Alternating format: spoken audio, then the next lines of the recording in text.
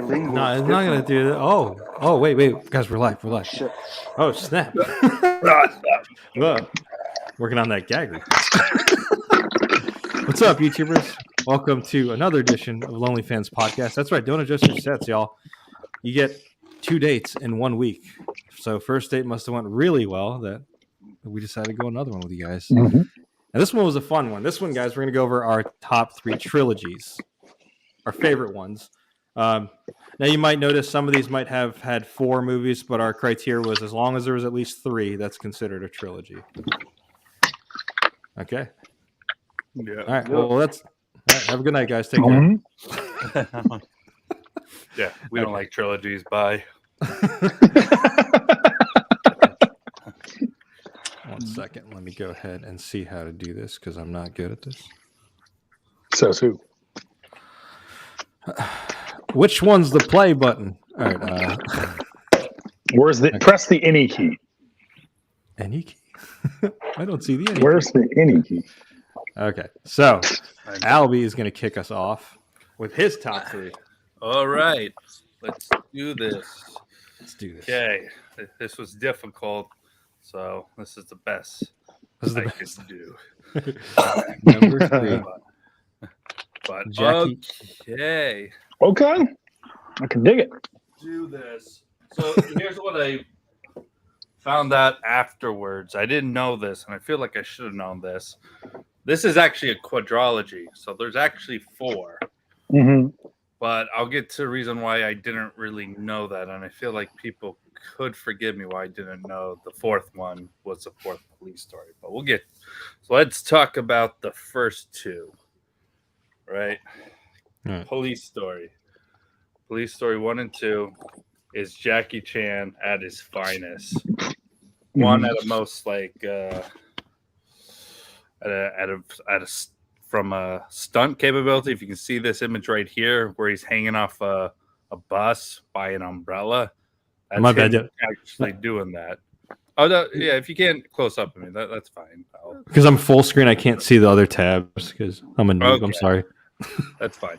But yeah, so yeah, the first one had some of the greatest like stunt sequences. This is probably like a big example of him kind of hanging on a double-decker bus chasing like the bad guys. Then it ends with like an epic fight scene in a shopping mall of all places. I think we all have experience with that. And he does one of his most epic stunts ever, where he's pretty much with no protective gear or anything, sliding down Christmas lights, getting electrocuted in the process and falling down, and still kicking ass. So that's one aspect that's good. The other aspect is the comedy. Like he has this is what sets him apart from the Bruce Lee, the Jet Li, and even current ones like Donnie Yen and whatnot. Jackie Chan has great comic timing. He says what he wants to be. He doesn't want to be like the next Bruce Lee. He wants to be the next like martial art clown. So heavily influenced by Charlie Chaplin and Buster Keaton and whatnot. So there's a lot of like funny scenes. Part of it is the actress Maggie Chung, who always plays his love interest. And like she always has that look on her face of why does he deal with this idiot most of the time when I don't think he treats her very well. But it's very funny. In fact, in the first one, there's a pretty cool scene where he in the police station, he's left alone, so he has to answer all the phone calls, and he's like going between different phone calls, answering calls for assault, a lost cow, and whatnot. Yeah, it's funny. Okay. A lost cow. Oh yeah, no joke. Don't lose that cow. Don't lose that. Don't cow. have a cow, man. Couldn't resist. Yeah. Is that her? Is that her on the poster on number 2? Yeah, it's not. It doesn't look like her, but I assume that's her. Sorry, I'm pulled straight from IMDb. No, it's fine. No, it's fine. These are the posters that were advertised, and that's just fine. And Police Story 2 has an epic fight scene in a warehouse, so that was like showing him like having fun and whatnot with that. But so those two, the bad guys is just like crime lords, like drug lords and whatnot. So then we get to Super Cop, which kind of also like deals with crime lords as well. but it takes place a couple years later than Police Story 1 and 2. What sets about Super Cop Police Story 3 among those is that Michelle Yeoh, you guys know, Yeah. she's in the movie. Oscar winner or Oscar nominee? Oscar winner, Michelle Yeoh. She won? Oh, yeah, sure. Yep, she won. So, like Jackie Chan, she also does her own stunts, and behind the scenes, they've been trying to outstunt each other. And then what you see is like some of the greatest like stunt sequences between like both of them. I mean, but one, they choreograph fight scenes between each other pretty well. They play with each other pretty well. And in the end, Jackie Chan's like hanging off a helicopter. That's what the poster is showing right here. But I would also show the poster of Michelle Yeoh driving a motorcycle and getting on the train with that motorcycle. No strings or anything. She is driving that motorcycle onto an effing train. No Fast and Furious like gimmicks to get on there. It's just no families. Furious, no fake torque, green screen. It's about family. This movie's not about family. Didn't Super Cop come out in America? Sorry, it did. Yeah. And this is Mm-hmm. where sometimes it's hard to keep track. Super Cop was advertised as Super Cop in America, not Police Story 3, because the U.S. distributor took over. So now it's called like Super Cop. So there was this other one. I don't know if you guys ever heard the movie Jackie Chan's First Strike. Yeah. That's Police Story 4. Is it really? Yeah. And I would not have guessed that because the plot of the movie is that it deals with like a nuclear weapon. Like, okay, this is like taking it to the max. It's still a good movie, don't get me wrong. But I guess it's kind of like maybe how people felt about the Die Hard trilogy. Bruce Willis stuck it like, in like a attic somewhere. Hey man, who's making lunch right now? I can hear something clanging and banging in the background. What's going on? There's some lunch back? No, that is not me. Oh, am I moving? No, that's not you. Oh. I was just hearing like Police Story. No, it's fine. But yeah, Bruce. It's like in Die Hard, Bruce Willis pretty much just is hiding in like air vents and whatnot. That's pretty much the first Die Hard, and then it pretty much in the latest trilogy he's jumping on jets and whatnot. So it's like, okay, I guess that's how sequels work. But no. I put this as one of my favorite trilogies because it's like one of the best showcases of like Jackie Chan, like his comic timing, his fight choreography, and his like epic stunts with and then also showcasing Michelle Yeoh's talents in the last one, and also probably the beginning of Maggie Cheung's like career. You see her in other movies later where she like is more boss like and taking more depth roles, but it was a good start for her. But Jackie Chan always gets credit for like his stunts and stuff. He doesn't get enough credit for his comedic stuff, like timing in his movies. I laugh really hard at some of the dialogue, even though I'm reading the dialogue with the subtitle. It's just like very funny. And my dad was like really into like Jackie Chan stuff like mid 90s. So I remember watching Super Cop, First Strike, Rumble in the Bronx. Was it Double Team? Or no, what was it? Double Team with Dennis? No, it was Dennis, right? My bad. There was another thing, but I remember watching Super Cop for sure, but I didn't know this was part of an existing franchise already. Yeah. I thought it was just a standalone film. They tried to do a lot of this stuff. They tried to do a lot of his films like that, like where they took films that are already established overseas and made it like a singular movie. You know what I mean? Yeah, just to like, make a quick buck and go like, hey, they probably try to do that for later, like after his Rush Hour fame. To go, hey, remember that guy in Rush Hour? Here's his own movie that we produced.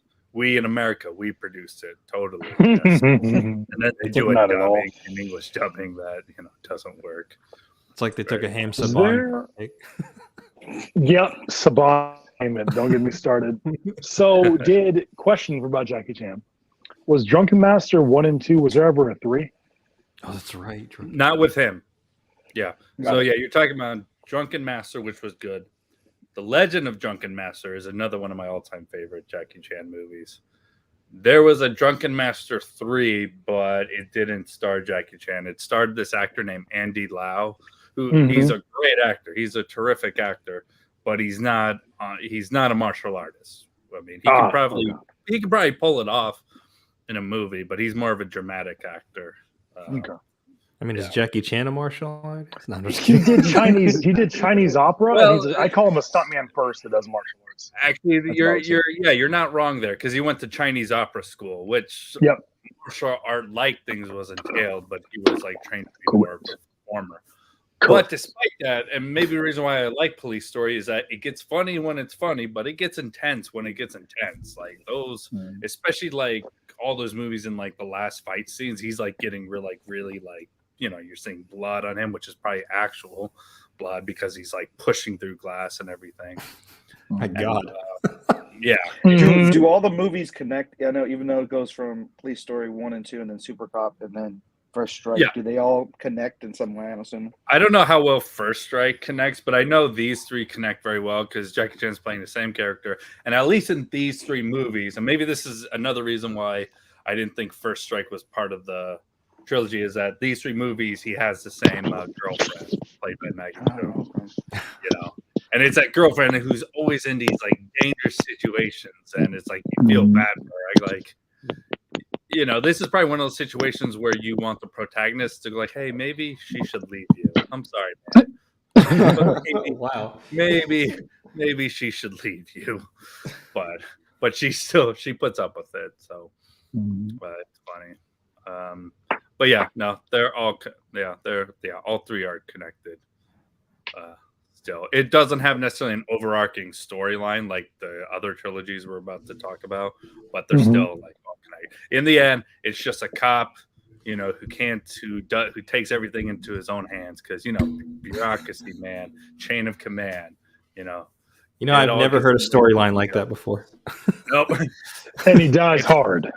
It's a storyline we hear over and over, but Jackie Chan's probably the only one that like really like looks like he does it, you know, like, like really like does it. No green screen, you know, maybe I do know once in a while, maybe some shots he has a stunt double, but for the most part, those major stunts you see.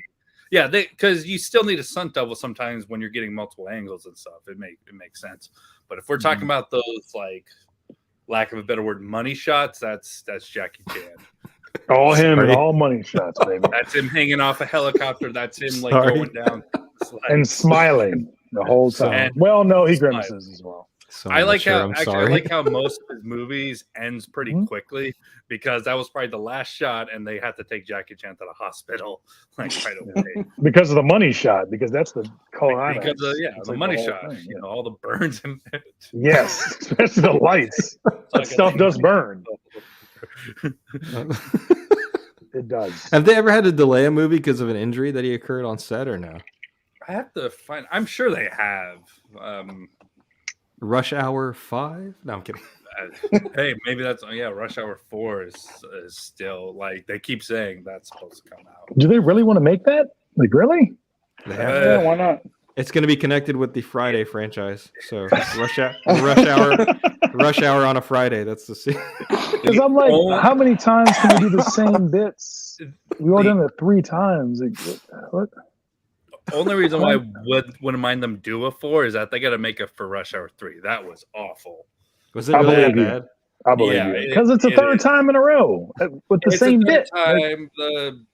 The action scenes are fine. The comic, there's literally a scene where like Chris Tucker's talking to like this like tall like Asian like kung fu instructor, and he goes like, "I am you. Who are you? What's your name? Who?" And I go like, "Didn't Mad TV do a skit on this already? Why? Yep. Why do I need to see that? See it in a lot. It's just guys. Who you? And I go like, okay, haha, I get it. We're in France. We're in France, but we want to just stick to Asian jokes. Okay. Yeah, like what? Come on, let's make fun of the French. Yeah. And they decided not to. No, they still made fun of the French, but they definitely still want to make room for cheap Asian jokes. By the way, we love the French. Sheen is actually a third French. All right, so next. French fried. Oh. Well, this was a good pick, Albie. Keeping us back on track. All right. So, who's taking the number 2, Albie? Who do we got? Who's taking it? Am I allowed to say who's taking number 2? Yeah, let's go.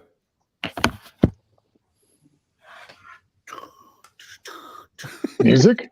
Okay. Oh, okay. Oh,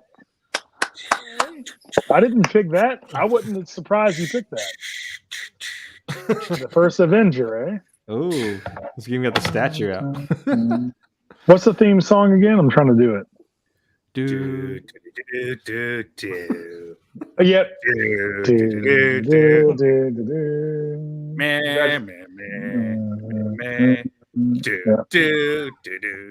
Yeah.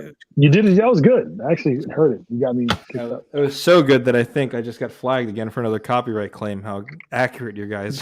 That would be hilarious. I love that. Or to like a string quartet or. It literally says because of music rights, we have to ban this video.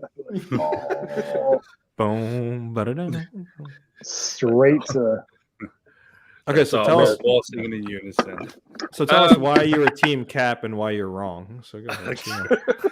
Let's. Okay, we'll get to that. We'll get to that. Okay. Okay. So let's start with the story because understandably this might feel weird as a trilogy because I wouldn't say Civil War necessarily ends the Captain America story, but I will say it wraps up because his story wraps up later in like future Avenger movies. So we know that we all know that story. But I think what it does a decent job of wrapping up for the most part is come full circle his friendship, his close friendship with Bucky Barnes. All right, so in the first Captain America, one of the key things about it, yes, Peggy Carter is an important factor, but one of the key things is like Bucky, someone who was his friend as Steve Rogers before he became Captain America. And you see even in the first movie, he'll still do everything he can to save him when he found out he was one of the POWs, without, defying, orders to stand down. He actually like goes and tries to save him. And unfortunately losing him in the process. Captain America Winter Soldier, things get complicated when he comes back into the picture and it, it creates a very difficult final scene where, he had a chance to kill Bucky, but he wouldn't do that. And then Civil War, it becomes a more complicated situation where it ruins a lot of relationships, including this one here. Which this is an iconic scene. I'm really glad that they did it in Civil War. It complicates relationships, and I can agree with pack photos. Some will side with Team Iron Man, and I won't fault people. Some, maybe half. But in the end, I understood Captain America's loyalty to his best friend. So yeah. So well, as someone that's never had a friend, I guess I can see why you think. True. Okay. I assume that's. I haven't had a friend because. No, I'm talking about myself. I'm talking about myself. Someone myself who's never had a best friend. I'm just joking. It's called LonelyFans. True. That's what we are. But the other thing I liked about this, I liked Captain America, the first Captain America. I liked its style. It's directed by Joe Johnston, who directed movies like The Rocketeer. He was involved in like doing some of the scenes in Raiders of the Lost Ark, and you see that in this movie, kind of this 1940s style, like action adventure movie, and that style was done like really well, and and I really think that sets out as one of the greatest origin stories that we have, which I feel like that's always hard to do because you're always like trying to cram in so much. You're introducing a character. It's always hard to do an origin story, and I think Captain America is one of those handful that knocks it out of the park. Winter Soldier kind of switches gears in style. I like that it's kind of more like a political thriller that you would see in like the 1960s. And that was kind of like one of my favorite parts. Also, probably one of the best choreographed action scenes ever. I mean, that fight scene in the elevator, in close quarters and whatnot, that is like one of the greatest. Don't get me started. I thought you were talking about when he first encounters Winter Soldier and they're doing that knife scene and they're like shooting it back and forth. That was pretty cool too. That one was also For cool points. That definitely rocks, especially for a movie where you're used to seeing Iron Man and Thor. Seeing something grounded like that, but still cool points.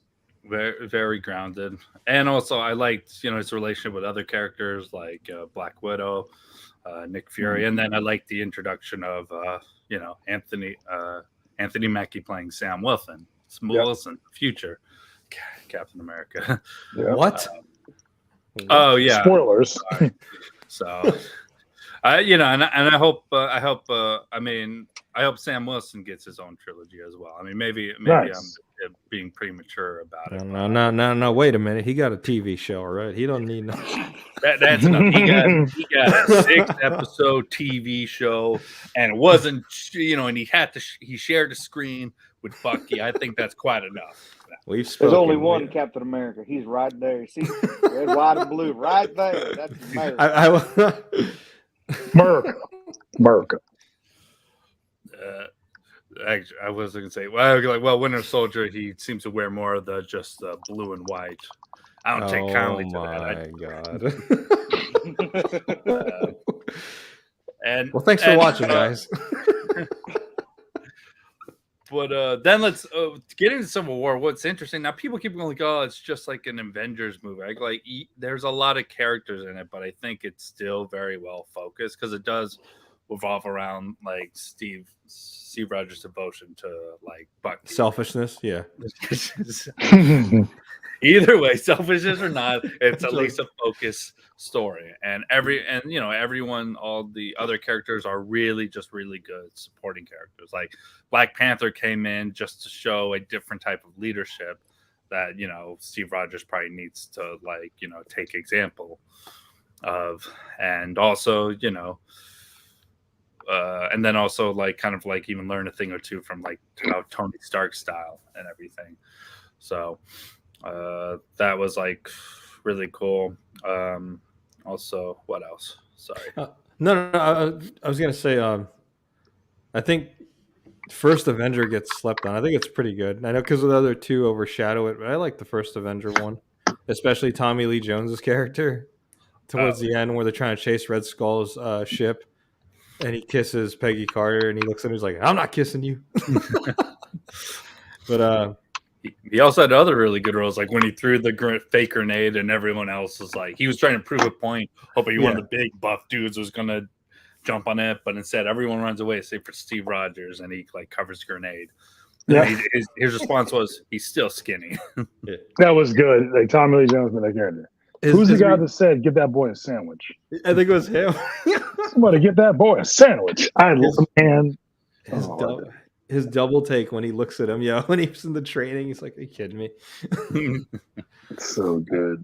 Winter Soldier was cool because it was filmed in DC, y'all. That's where we live. Hey, nice. I love that beginning on your left. Yeah. Oh yeah. That was a simple introduction, but I think it was an introduction that said everything about Captain America, and it already started it started a relationship with him and Sam Wilson, and they didn't even exchange much words. And then remember, was an Endgame? Yep. On your left. On your left. Yes. Full circle. He said the line. Full circle. You know what I liked about Winter Soldier? It was one of the first that shifted tones from the formula that they had in Phase 1. Yes. Right. Yeah. Like a more grounded and serious tone. Yeah. Mm-hmm. I still remember the quote. He was like, "I thought the punishment usually came after the crime." Exactly. And yeah. This was Russo's first movie, right? Going, this isn't freedom. This is fear. Yeah. What were you saying, Sheen? This was the Russo's first film, right, in the MCU, if I remember correctly? Yep. Was it Winter Soldier? Oh. Yep. This is. It's good. It's still one of my favorites. It's well done. That's my favorite suit. That stealth suit. Yeah. I like that suit too, and I like that. I like the shield with the light blue circles too. I thought that looked. Speaking of which, Did that come with a the Captain stealth cap. Carter figure, or you have a stealth? Oh, you have a stealth cap figure. Yeah, I found it at second and Charles for cheap. I was like, oh yeah, stealth suit. Oh, man. I've been looking for that, so it's cool. Second and Charles. Civil War, if you think about it, because I know this like followed. What was it? It was Avengers: Age of Ultron, then Ant-Man, and then this. Yeah, but this was the first movie to like actually have all those characters in it. Because Avengers: Age of Ultron was still the 6 with like some features of like Falcon and what's his face and War Machine. But yeah, they show up at like the very end. Yeah. But Civil War was the first one to actually try to balance out all these characters, but still focus and center around Cap. Exactly. Yes. Yeah. They did a good job, and they did a good job even adding Spider-Man at the last. Oh, that's minute. right. He's not even on the poster. That's right. Because probably because it was last minute. I'll admit, not that I hated the Spider-Man aspect, but I did have a lot of curiosity of, let's say they didn't put Spider-Man in it, like it was probably going to add things to like Black Panther's like story arc, or maybe even like with Ant-Man. Yeah. That's what I heard. So, not that it's a bad thing, because we get plenty of Black Panther later with his own solo movie. Peter puts butts in seats. That's why they did it. Yeah, they worked out that deal. Yeah, but I know if it wasn't for that Spider-Man film, it was Thor was supposed to have that slot in the summer of 2017, and Black Panther was supposed to be Ragnarok's spot. But because of Spider-Man, it pushed everything. I think yeah. So we actually probably would have gotten all those things sooner. But I mean, if you have a chance to get Spider-Man in your movie, that's more money. I get it. Since Sony was like keeping that, like holding on to that, like for the longest time. Well, they made so much money. They made so much money off Andrew Garfield. They decided to share it with Marvel. So. Oh, okay. Wait, you're saying Sony kept a secret for that long? Wow, that's cute. You mean wow. Wow. But I like a movie where and also like I thought the villains were like good and all this. So first Captain America, Red Skull was a solid Nazi like villain. Winter Soldier, the villain was Alexander Pierce, played by Robert Redford, the great Rob. You know how the game works. He's actually one of my favorite villains. He doesn't do anything like crazy or anything. He just does the scariest thing you can think of, and run the government with like undercover like Hydra agents. He did good. Rob Redford did real good. So like real life. That's what can make it scary. And then Civil War. Tony Stark was a really good obstacle in Civil War. Yes, a very good adversary in Civil War. Yes, He's the best. But the villain was Baron von Zemo. Did I say that right? Yeah. Yes, you had a bunch of Baron Zemo did. One of the best villains the MCU did right. Yeah, Daniel Bruhl is the actor's name. Yeah, he was like incredible. Or their version of Zemo did great. Yeah. I mean, to a point where even he, it's not like physically he did a lot, but how he like pulled the strings on everything, that was better than a fight scene, I think. He even took down Hydra, or what was left, because remember he drowns the dude. He did. He waterboards that dude. That was from Hydra. That was like cold. And then like kill someone else in a hotel room, taking his room service while trying to stealing his identity. Stealing his identity. Stole Bucky's identity as well. Yep. He's great. So it's amazing. So well done. Yeah. How grounded this trilogy felt, despite the fact that it takes place in a comic book world. So, and for the most part, this was like my number one trilogy. Until.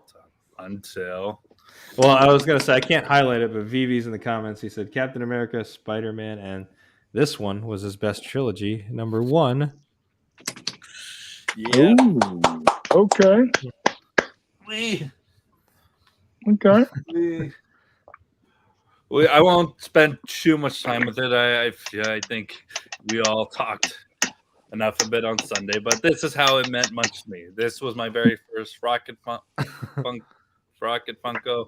Now I got my most latest one. Never thought I would be buying Funko Pops until I saw Rocket Funko Pops. So that means quite a bit.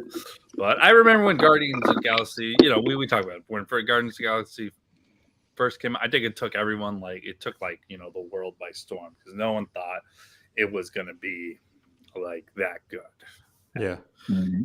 For me, it had a lot of the best elements that you would see in a Star Wars movie, where you kind of focus more on the rugged characters, not necessarily your noble like characters like your Luke Skywalkers. Instead, you got your underground people like the Han Solos and whatnot. Actually, even grittier than that. So like that, and it had also some of the best visuals ever. How Xandar looked, how Nowhere looked. I mean, Nowhere was incredible. And then the stuff that Groot does with all his limbs and everything, or that one scene where he's creating light somehow. Oh yeah, and then brings that that was probably one of the most epic scenes. And then also all of all great ensemble Chris Pratt, Karen Gillan as Nebula, Zoe Saldana, and then Bradley Cooper doing more than just standard voice work. He was really unlike some people. We are Groot. Here we go. And something as simple as "We are Groot" just had more meaning, and then we all can say it, and then everyone knows what that means. Yep. So, it's something that transcends the average comic book fan, but also if you're not a comic book fan, people connected to this one. Correct. Yeah. Yes. Before there was Grogu, there was Baby Groot. Exactly. Yes. And then we got Guardians of the Galaxy Volume 2, just enhancing everything, especially enhancing Yondu. Yondu is definitely one of my favorite characters from that as well. That was really that was a really good acting scene between him and Rocket, how they're talking to each other and realize how they're practically the same person. And also Yondu had the best line in Guardians of the Galaxy Volume 2. He did. What did he have? I'm Mary Poppins, y'all. See, my favorite... Is he cool? Yeah. Yes, he's cool.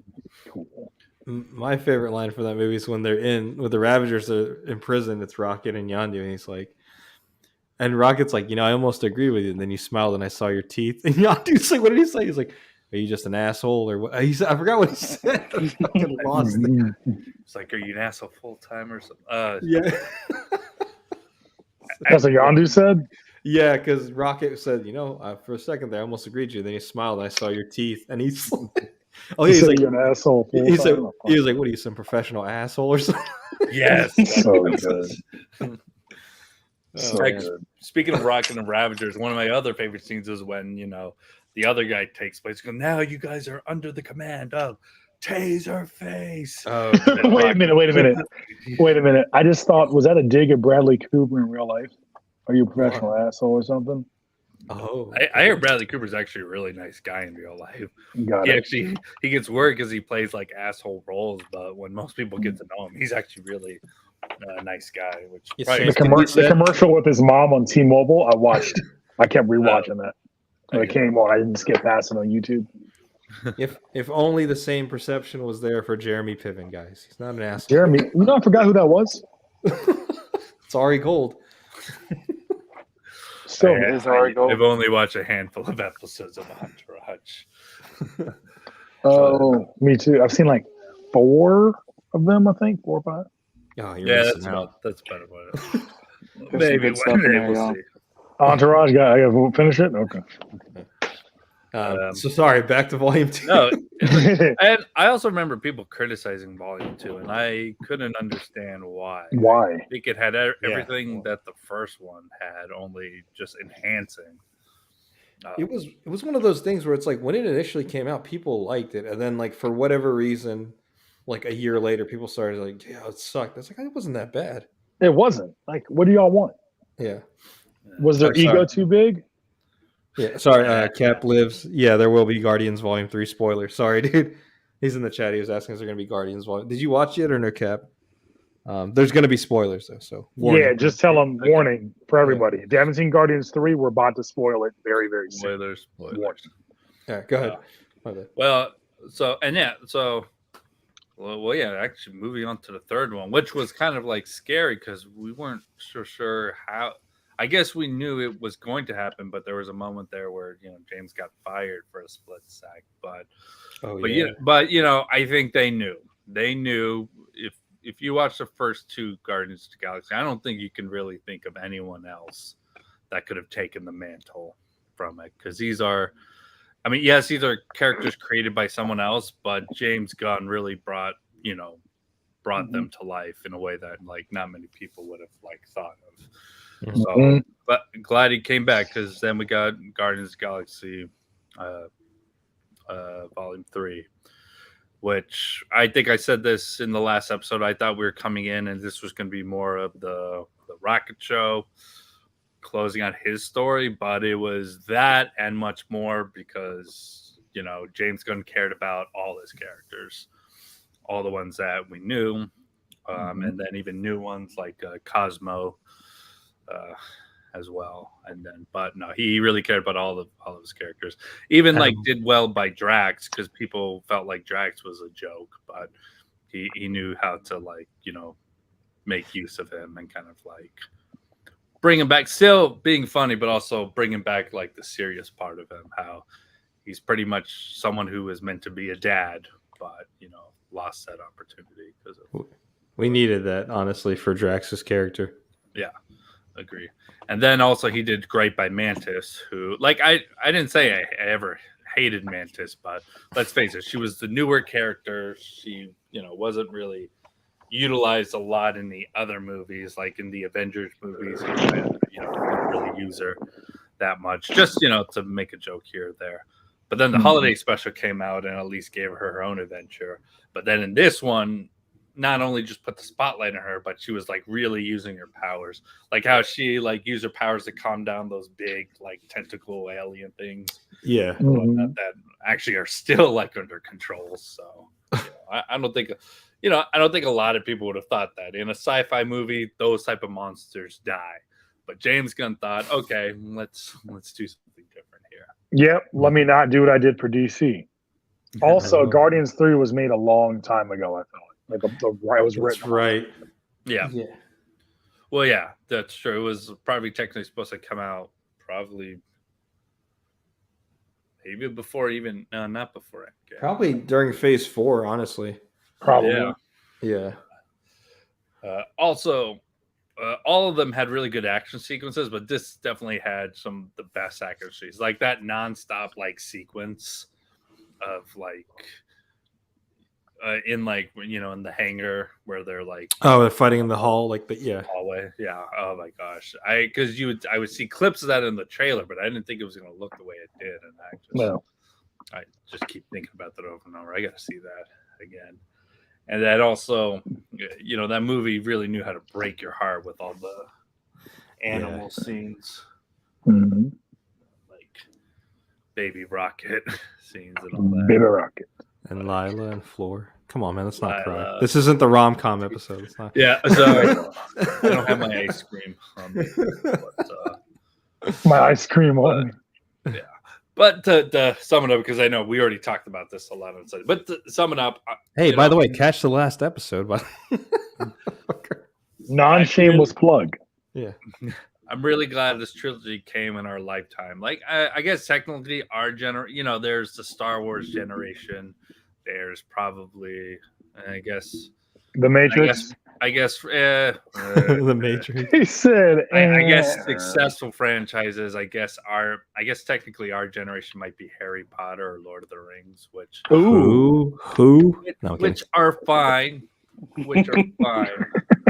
Yes. But I'm glad we have something like this, for The Hobbit?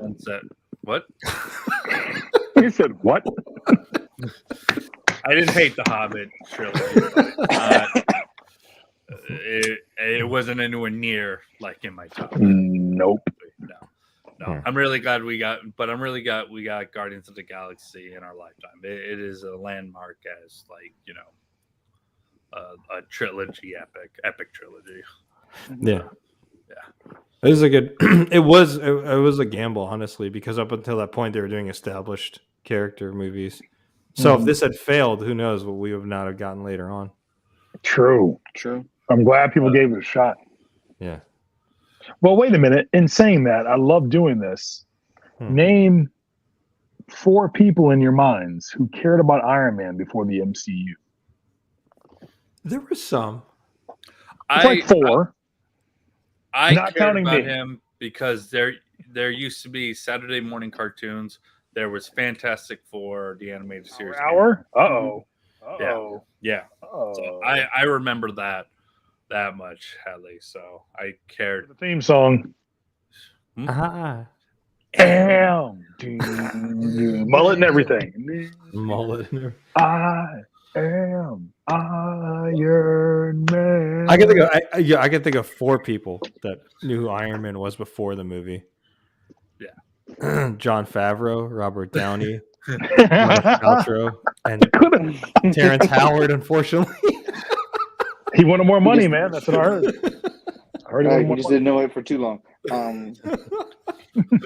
Oh man, next time, baby.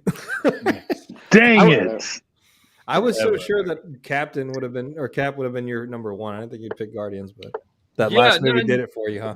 Yeah, the last one really did it for me. So it wasn't too hard for this to be my number 1. The hard one was trying to fix what was actually, I think the hard one was deciding 3 because I knew Captain America was going to be in there because I said that was like my favorite one, but I had to pick Police Story as the third one because I like a lot of Jackie Chan's movies, but that one stood out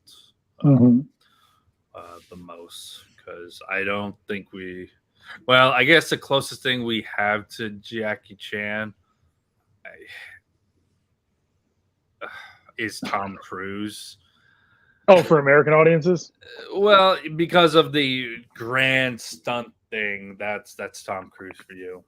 And not that Mission Impossible was close. Not that I hated Mission Impossible, but it wasn't going to be in my top trilogy. Well, one because there's like 18 of them. It's hard to tell where the real trilogy starts. Yeah, there's Mission Impossible 1, Mission Impossible 2, 3. I really thought that it started getting like fantastic in Mission Impossible 4 Ghost Protocol.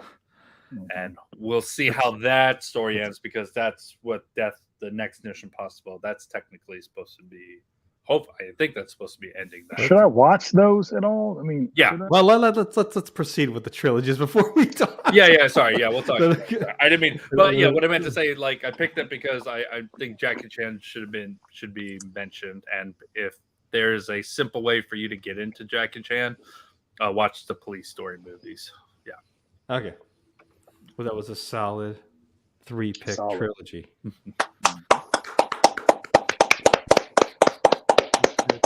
Bye. Everyone go back. Now we move to a fun guy's top 3. Ooh, I'm number those. And I made sure this time to not get it in the wrong order because I texted you. I was like, "Yeah, which one's the number 1?" He did, guys. He went through a lot of work. He made sure that this was top notch priority. Screw up the last one. Okay. Okay. So your number 3 is yes. Because let's be real. Now I have no word I'm looking for here. I'm definitely not a fan of part 3. I have many problems with it. I expected, silver, and I got below bronze. I was like, what is happening here? So it's not my favorite. All I know is the commercial and the teeth and saying Yoshi. I don't know why they went back in time. I don't know. It's unnecessary. But it is part of the trilogy. 2 just pushed them into stardom, popular stardom. Now, if you notice with 2, the reason I like 1 the best Ninja Turtles 2, we can quote it, right? Vanilla Ice, Kevin Nash, Super Shredder, Kino, Ernie Reyes Jr. But what I didn't like about it, I didn't know what I was looking at, didn't know I didn't like it, but it went too comic for me. Not comic book, but comic as in lighthearted and less violent and dark like the first one, right? And I realized that I found out way later, like I think maybe 6 months ago, last year, something like that, that they did that because they wanted a lighter tone Turtles movie. That's what 2 came out. But 2 did great, right? Still prefer 1 the best. 1 is still, everything about 1 is just, it hasn't been replaced. Like I was like, 1 is definitely better than both of them, even though 2, they became pop stars. 2 just isn't. And all the media and this, remember part 2, they had the Turtles dressed up in suits and went on Oprah, and I'm like, this is not, y'all went like pop star. Did they really? They did. So yeah. Okay, in saying that, at least I'm consistent, right? They if you had Turtles on stage and all, they made money, right? But I'm also a big fan of the Turtles cartoon episode 1, the pilot. That's my favorite, right? Episode 1, Heroes in a Half Shell, like an hour long, is like my favorite thing. And everything after that is, depending on what season it is, season 1 and 2, 3 and up, it just started to get too Saturday morning cartoon for me. But what are y'all's opinions on these movies? I agree with 2 being the popular one because growing up, I remember that more than 1 because I remember the Go Ninja, and then I remember Toka and Razor. Yeah, because I remember they tried to give him the pill and they crushed the donut and they saw the thing in there. Donuts. Yeah, and I remember 2 way more than 1 because I rewatched 1 and it did have like a darker tone. And 3, I only remember the yo-yo he made the kid. That was it. They're babies. My opinion is the same as you. Fun guy. Yeah, pretty much. But I remember 2 the most, and I appreciate 2 a lot because it was a lot of fun watching as a kid, and it's fun rewatch.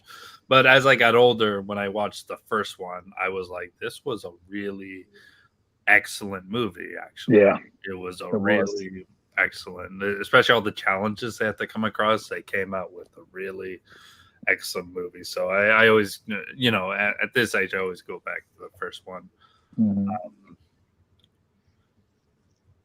I did want to make a mention. It is worth watching that CGI one, TMNT, because it's technically a continuation off of this. And with the Michael Bay.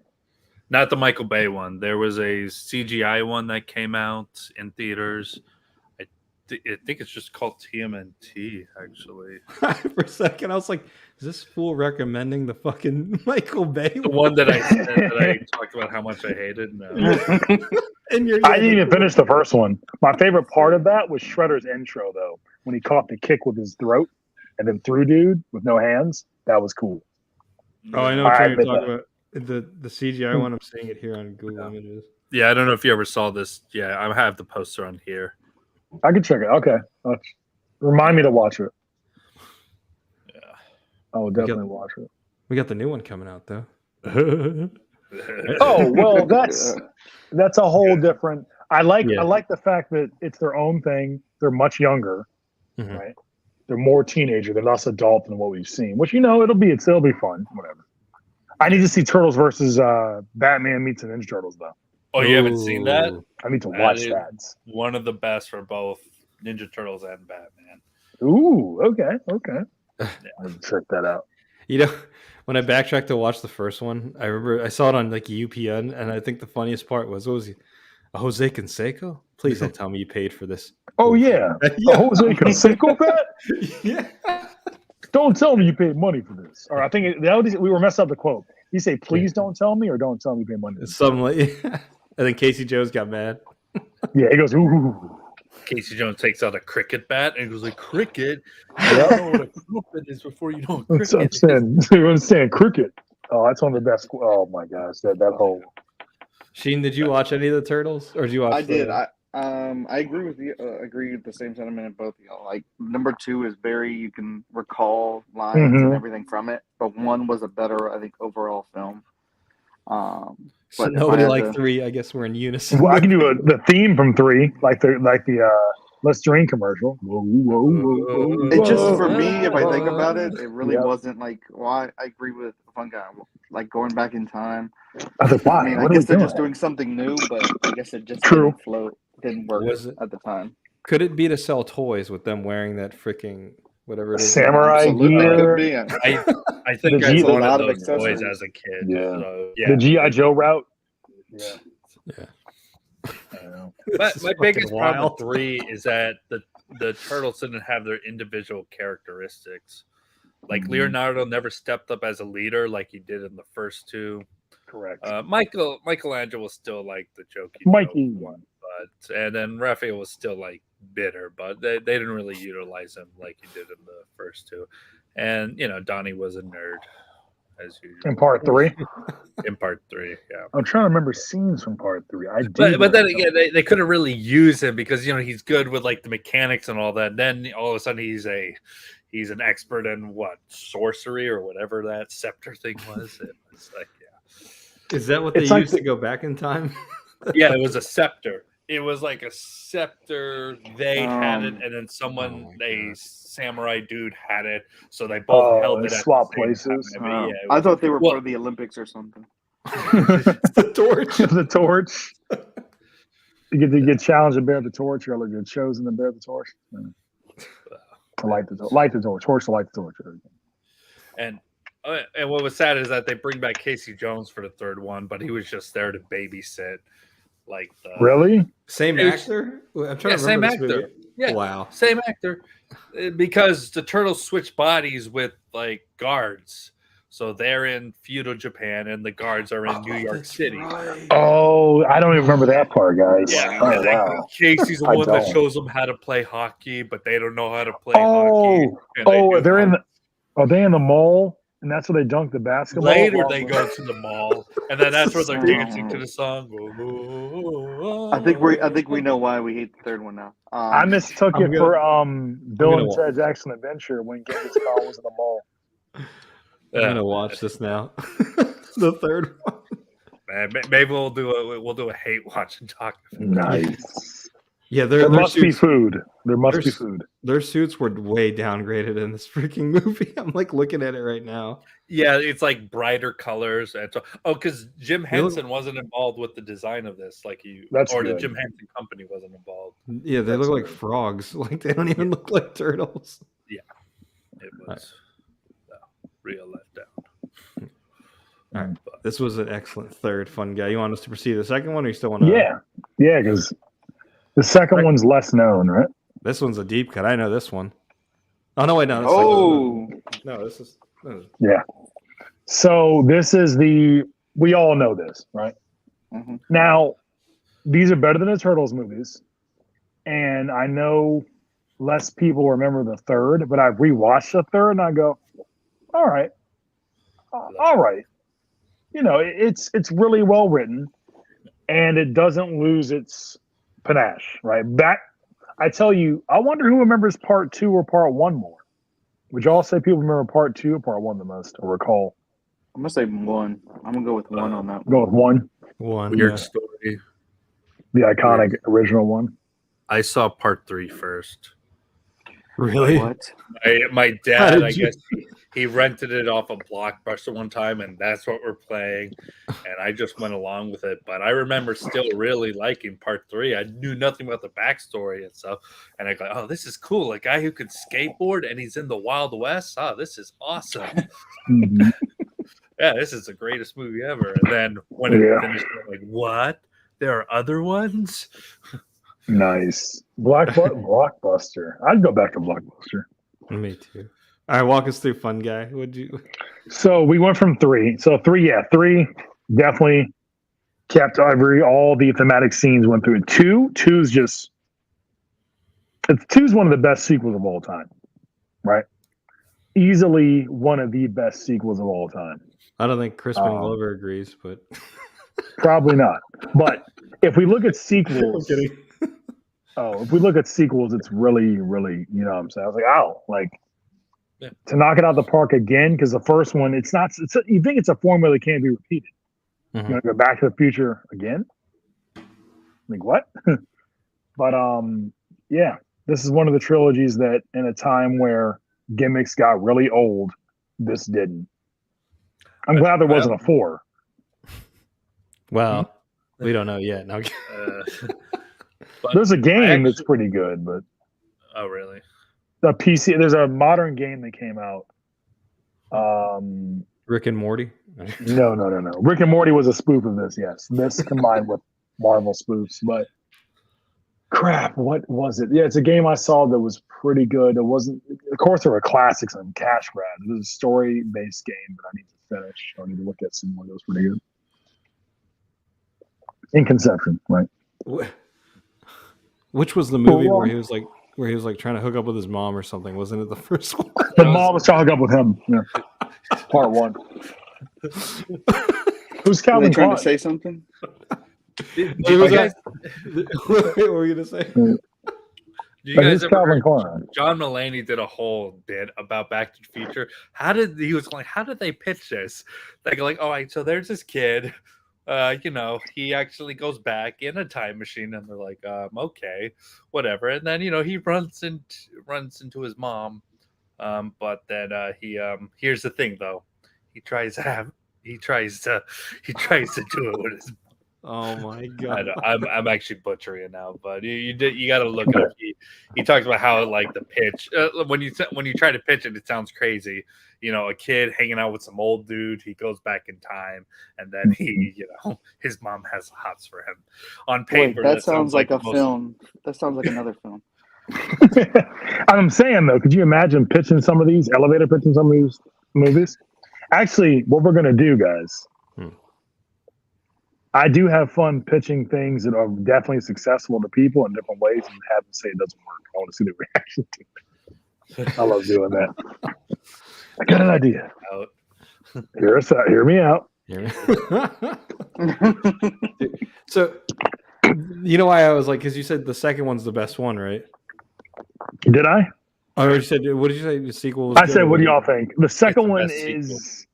One of the best sequels ever. Yeah, I think for Hollywood films. The reason why I said I don't think Crispin Glover would agree is because that's the one they use as like prosthetics, right? Like they had somebody with a mask that looked like him instead of just hiring him. Yeah. Wait, who's Crispin Glover? I know it, but I don't know him. Well, he plays his dad. He plays Marty McFly's dad. Oh, they didn't hire him. They just put on a face mask. No, he didn't want to be involved for some reason. I forgot what it was. Yeah. And so they made a prosthetic mask that looked like him and put it on someone else. And now that you think about it, he was pretty absent too. Like they go back, but you like never like. You're right. Yeah, I wonder why he didn't want to be part of it. Maybe it was money disputes. Leela Thomas, who plays mom, she still played a role in the second one and the third one. Actually, she played like his great grandmother or something. I think the only person that changed was the girlfriend. I think changed from I forgot what the first girl was, and then it was Jennifer Grey, if I remember correctly, in the second one. Yeah. Did you guys know that there wasn't originally supposed to be sequels? No. What? That makes sense to me, though. It was supposed to be just the first one, and even though they did the whole thing where they're like, he goes like, "Well, we got to go back. It's about your children." That was supposed to be the end of it entirely. They just thought that it was a cool way to end it. We don't know what happens to his kids. We just we're just supposed to sit there and go, "Oh, good movie," and then that's it. But then when it got re-released on VHS, then they had the to be continued. Speaking of this, go back. Like, so what I just thought about, I thought of the main theme song, right? Or the main background theme song. Dun, dun, dun, dun, dun, dun, dun. But I thought about Golden Tusk's YouTube video of him taking these main titles and making lyrics to it, and there's a whole video. You know what I'm talking about. The guy was in a Berries and Cream commercial, I think, for Dr. Pepper. But check those out, or I'll send them to you and make you watch them because they're fun. Okay. It's about mom and dad. It's about, like, I'll send it. It'll make sense. You made a time machine out of a car, a DeLorean. It's him playing all the roles, guys. So entertaining. Just Can you do that? Can you make a quick one real quick for this one then? Wait, did he do that? It's I two don't different movies. I could, but Go ahead, spit it that hot wouldn't fire. be original. It wouldn't be a freestyle. It wouldn't be original. The Turtles thing. So there's do do do do do do do do do do. What's the theme for the second one? Ninja Rap. Go We'll need a Ninja. theme for that. And then what was it? Oh, there's no way I can do the third. There's no way It was no. The third was just cricket noises. When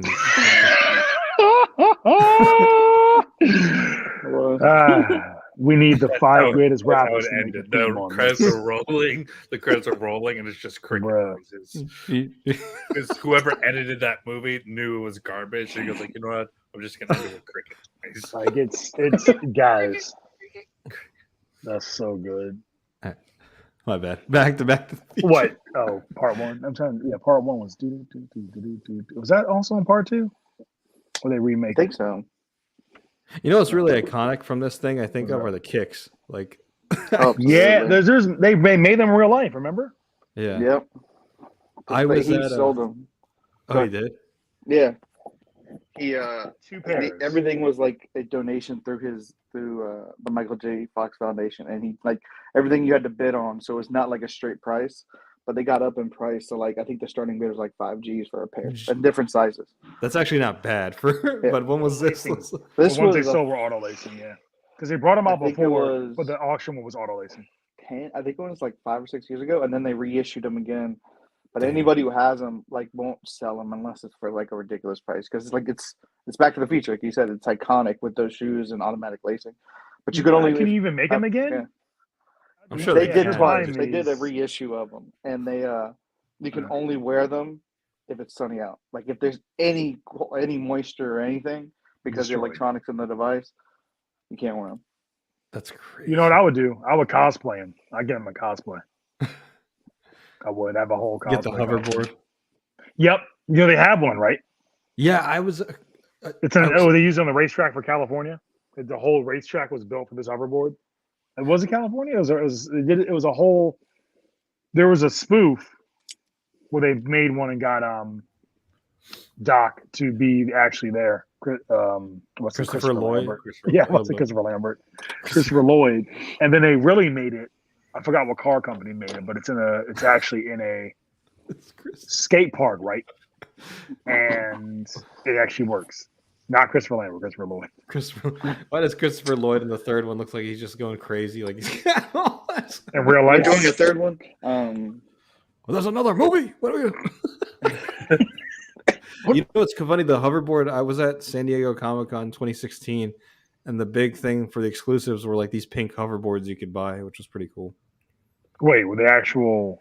I mean, no, you couldn't jump on it. It was just like a regular just board. Yeah. Wait a minute. I thought it was that wheelie thing people keep calling a hoverboard. It doesn't hover. It's not a hoverboard. Oh, those aren't hoverboards. Those are fucking modified scooters. Correct. All right. Anything else to add to this fun guy before we go to your number one? We can add lyrics to the Turtle song. Oh, come on, man. Okay, we won't. Secret of the Ooze, Back to the Future. We won't do it nice. All right, so number one. Number one. This was the deep cut I was talking about. Yeah. There we go. Who even remembers these movies? I do. Right. Right. So I am lost by this one. Here's why I picked these. Okay. Yeah, I'm not surprised you haven't seen them. They're not based off a true story, but think of the first one so take Karate Kid Part 1, except you take different individual. No, it's almost like a sports drama mixed with Karate Kid and more than one main star. Make any sense? And James Earl Jones stars in it, by the way. Was he really? Where? Yeah, man, he's the coach. Oh shit! Like, yeah, he's there, right? Part 2. Well, Part 2 is more of a traditional movie. Take I'll give you some actors who's in this. Part 2 has Eric Billy Roberts. from Prodder. Yeah. Eric Roberts. Yeah, he's in all three.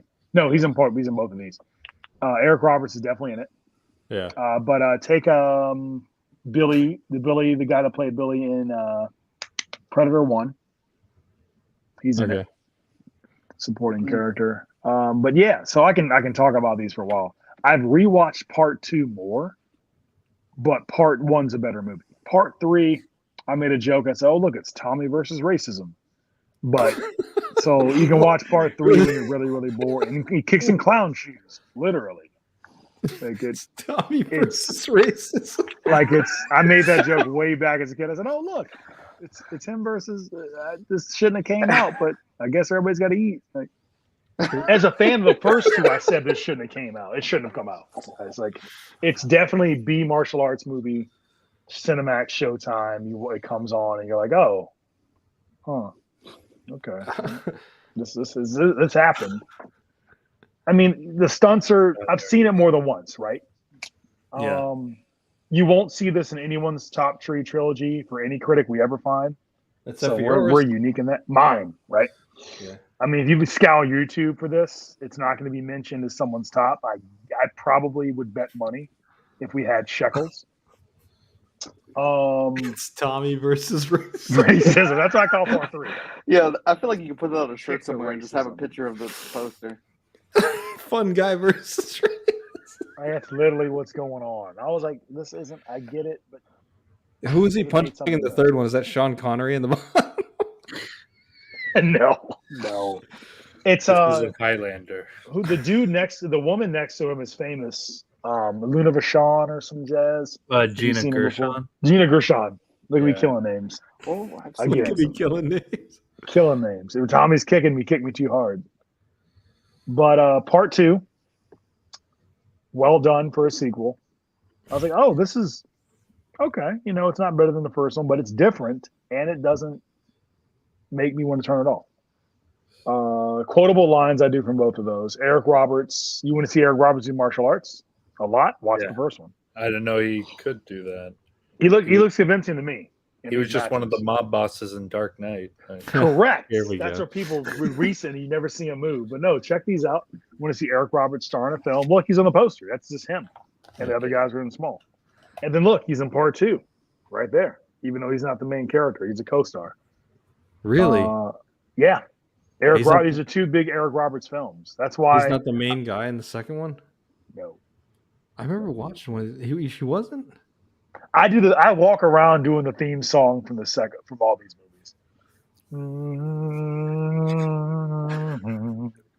That's another copyright claim. Copyright claim. I walk around doing that, so I can't say. If I didn't put these up here, I wouldn't be fair to myself. Questions? I do remember these because my mom rented these when I was like Nice. 4. I was like, "Who's this?" They're guy? old, man. They're old. Yeah, but I do remember seeing these. I didn't ever realize he wasn't in the third one, but yeah, I remember. I was like, "Who? Like, whatever happened to this guy?" Then when Dark Knight came out, I was like looking at his IMDb, and it's like, "Oh shit, it's the guy from Best of the Best." Yep. Yep. But yeah. So these are if these were made in America, Mhm. they made people pay attention. The first two, the third one, let's just kick it with clown shoes. Let's not talk about it. I kind of want to watch it now. I'm versus intrigued racism. enough. I'm intrigued because I read the synopsis of the first one. It's a Taekwondo tournament, which you Yes. almost never hear because most Never martial hear about that. movies, it's a karate or kung fu. No one really. This talks is about Taekwondo. Taekwondo Yeah. only. America versus Korea, by the way. Yeah. So If you but, like, Oh, it's one of those. We're bid against another country. but I don't want to spoil it. Yeah. You'll see why it's a watch movie. It's one of my favorite sports dramas okay. that isn't like football or baseball. Come on, how many Taekwondo sport dramas exist in any country that aren't Korea? This is America. This is America. America. Merc. Be sad. Yeah, so Should be it's about well, boxing. yeah. It's a Oh man. yeah, or be about boxing again. But if you like Rockies, watch Best of the Best One. If you like action movies, 90s action movies, watch Part 2, watch Part 3 for only curiosity's sake, and maybe a kick against racism. I like how the Kick first two racism to have the like a curb. great story, and the first one's, you know, if you're bored, just watch 3. Yeah, Honestly, so I can tell you. I've seen it a Third few one's- times. Third ones always Right. sound like a struggle. Like, Yeah. Because Let's it's do no it turning again. back. Because you can't turn back. No turning back. Oh, it actually says Yeah, that. that's what it says. Oh. No, Look they at can't. They already made it. No turning back, man. The main actor, the acting isn't. I'm trying not to be unfair to you, know what I mean? But I'm not going to sit here and tell you it's nowhere near the caliber of 1 or 2 at all. Just no. No, but I respect these picks. This is a good one. It's not one I would have thought would have been on your list, but Yeah. but this is. I know I do remember these movies though, because I was a fan of Eric Roberts' character in these movies, but I just never knew about the third one. Like there's just I quote these lines. I think about these scenes. I think about the messages. As corny as that sounds, I'm like, huh. When And it you comes, can't really quote these around people because they haven't seen them. are these probably the best martial arts scenes you've seen in movies? I would say some of the best martial arts based American films I've seen. Okay. Yeah. So if you look for, because part 2 is nothing like part 1, right? But it's a different type of martial arts they're going for, right? It's two of the best plots for 2 different types of martial arts movies. One's more like a sports drama, and one's martial arts action. So we have martial arts sports drama, or martial arts / team building / blank, and then we have part 2, which is martial arts action. Part 3 is too cheesy to mention. You got explosions in the background. It just That's it's funny. That's more like a '90s movie is the third one, but if you yeah. think about it, the second one and maybe the first one could probably suit better for like mid 2000s when it was all about those type of like martial arts movies. Mm-hmm. It fit better with those. That's a good way. Yeah, 3 is quintessential 90s. He's got a pistol, there's fire in the background. Somebody's jumping to the bottom right. And he's not turning back, man. Look at that. Whoever's designer was probably saw fucking Die Hard posters. Yep. Let's make something like this. Part 3 just should have been a simpler plot. It would have been a better film. Like, Tommy, you'll see what I mean. Racist. I said that as watch. I said, "Oh, this is just Tommy Lee versus racism." Okay. Yeah. Well, I guess I'm in it because I'm still watching it. Did you follow any other movies these actors did after this franchise or no? Yes, they popped up in other stuff. Like Daehan, a main character from Best the Best 1 and reappears in 2. That actor, I don't know if he's Korean, but that actor's popped up in other films. Okay. I forgot Travis Brickley that's one of the characters has popped up in other films. You'll see. You'll go, oh, I saw him in blank. Yeah, I'm looking at the IMDb list now, and a lot of Travis Brickley. That's Chris Penn. That's Sean Penn's brother. You've seen him. Unfortunately, he passed That's away. why he looks familiar. Okay. Yeah. You get to see him doing martial arts in part 1 and 2. Oh, he actually does martial arts? Yep. You get to see people that don't normally do martial arts films look pretty good, even to today's standards. Right? Wow. That's all I want you to do. I want you to look at their one-on-one fights and compare them to today's standards in the same type of martial arts movie. That's very nerdy. You don't have to do that, but just let me know. Because I do. Ready to zoom in? Because I do. Man. But yeah, I could talk about it longer. And this is, like I said, you literally think about lines and scenes from these films, even over more recently films I've seen the same genre. No joke. Okay, it's on Pluto TV. So, ooh, Best of the Best is worth watching. Even if you skip 2, actually, you have to watch 2. Watch 2, but 1 is just really good. I'm looking at the IMDb for the first one. There's a actor named Edon Gross, and his photo is not even his headshot. It's like a photo of the Chucky doll. I think he voices Chucky. Oh, really? That's wild. Yeah. That's okay. Okay. I might have to revisit this franchise. Maybe I'll rewatch this again.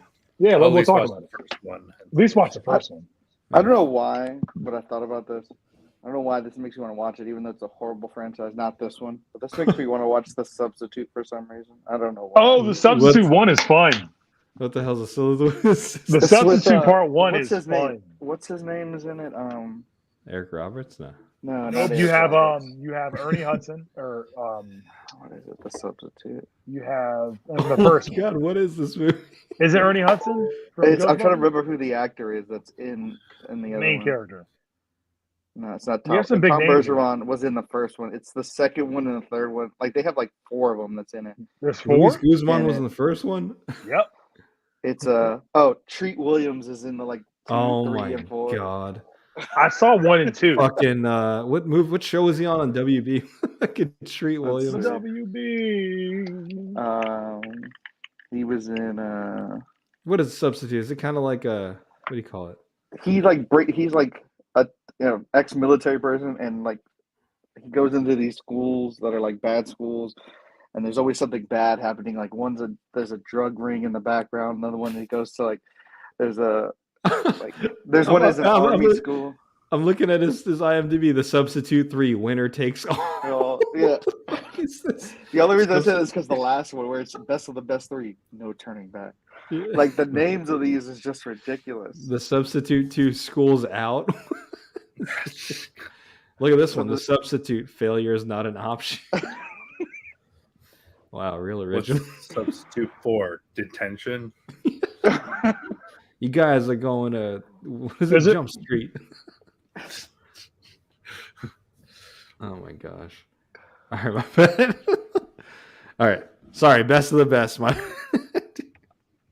I'll say the best for last. Oh, I see what you did there. All right, fun guy. Anything else you wanted to add on this before we move into Sheens? No, I can keep going. I see images of part 2 in my head still, and the touching scenes in part 1. Ooh. Let's go to Sheens. You sure? Unless you want time to kick more racism.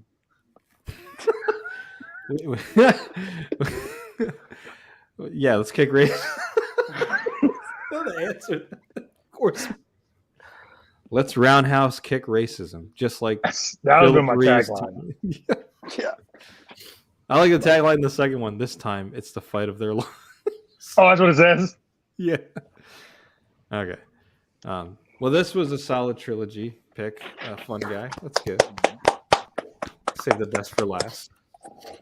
Now we move on to the Sheen's top 3. He had an honorable mention, actually. Sorry, Sheen. We forgot to mention his honor. His honorable mention was the Mighty Ducks, but okay. His number 3. Pirates of the Caribbean. How many movies are there? So 16. 4 or 5. So there's 5. Yeah. So my theme of this was kind of what we talked about a little bit on the last podcast of things we've seen when we were younger. Like we actually saw these.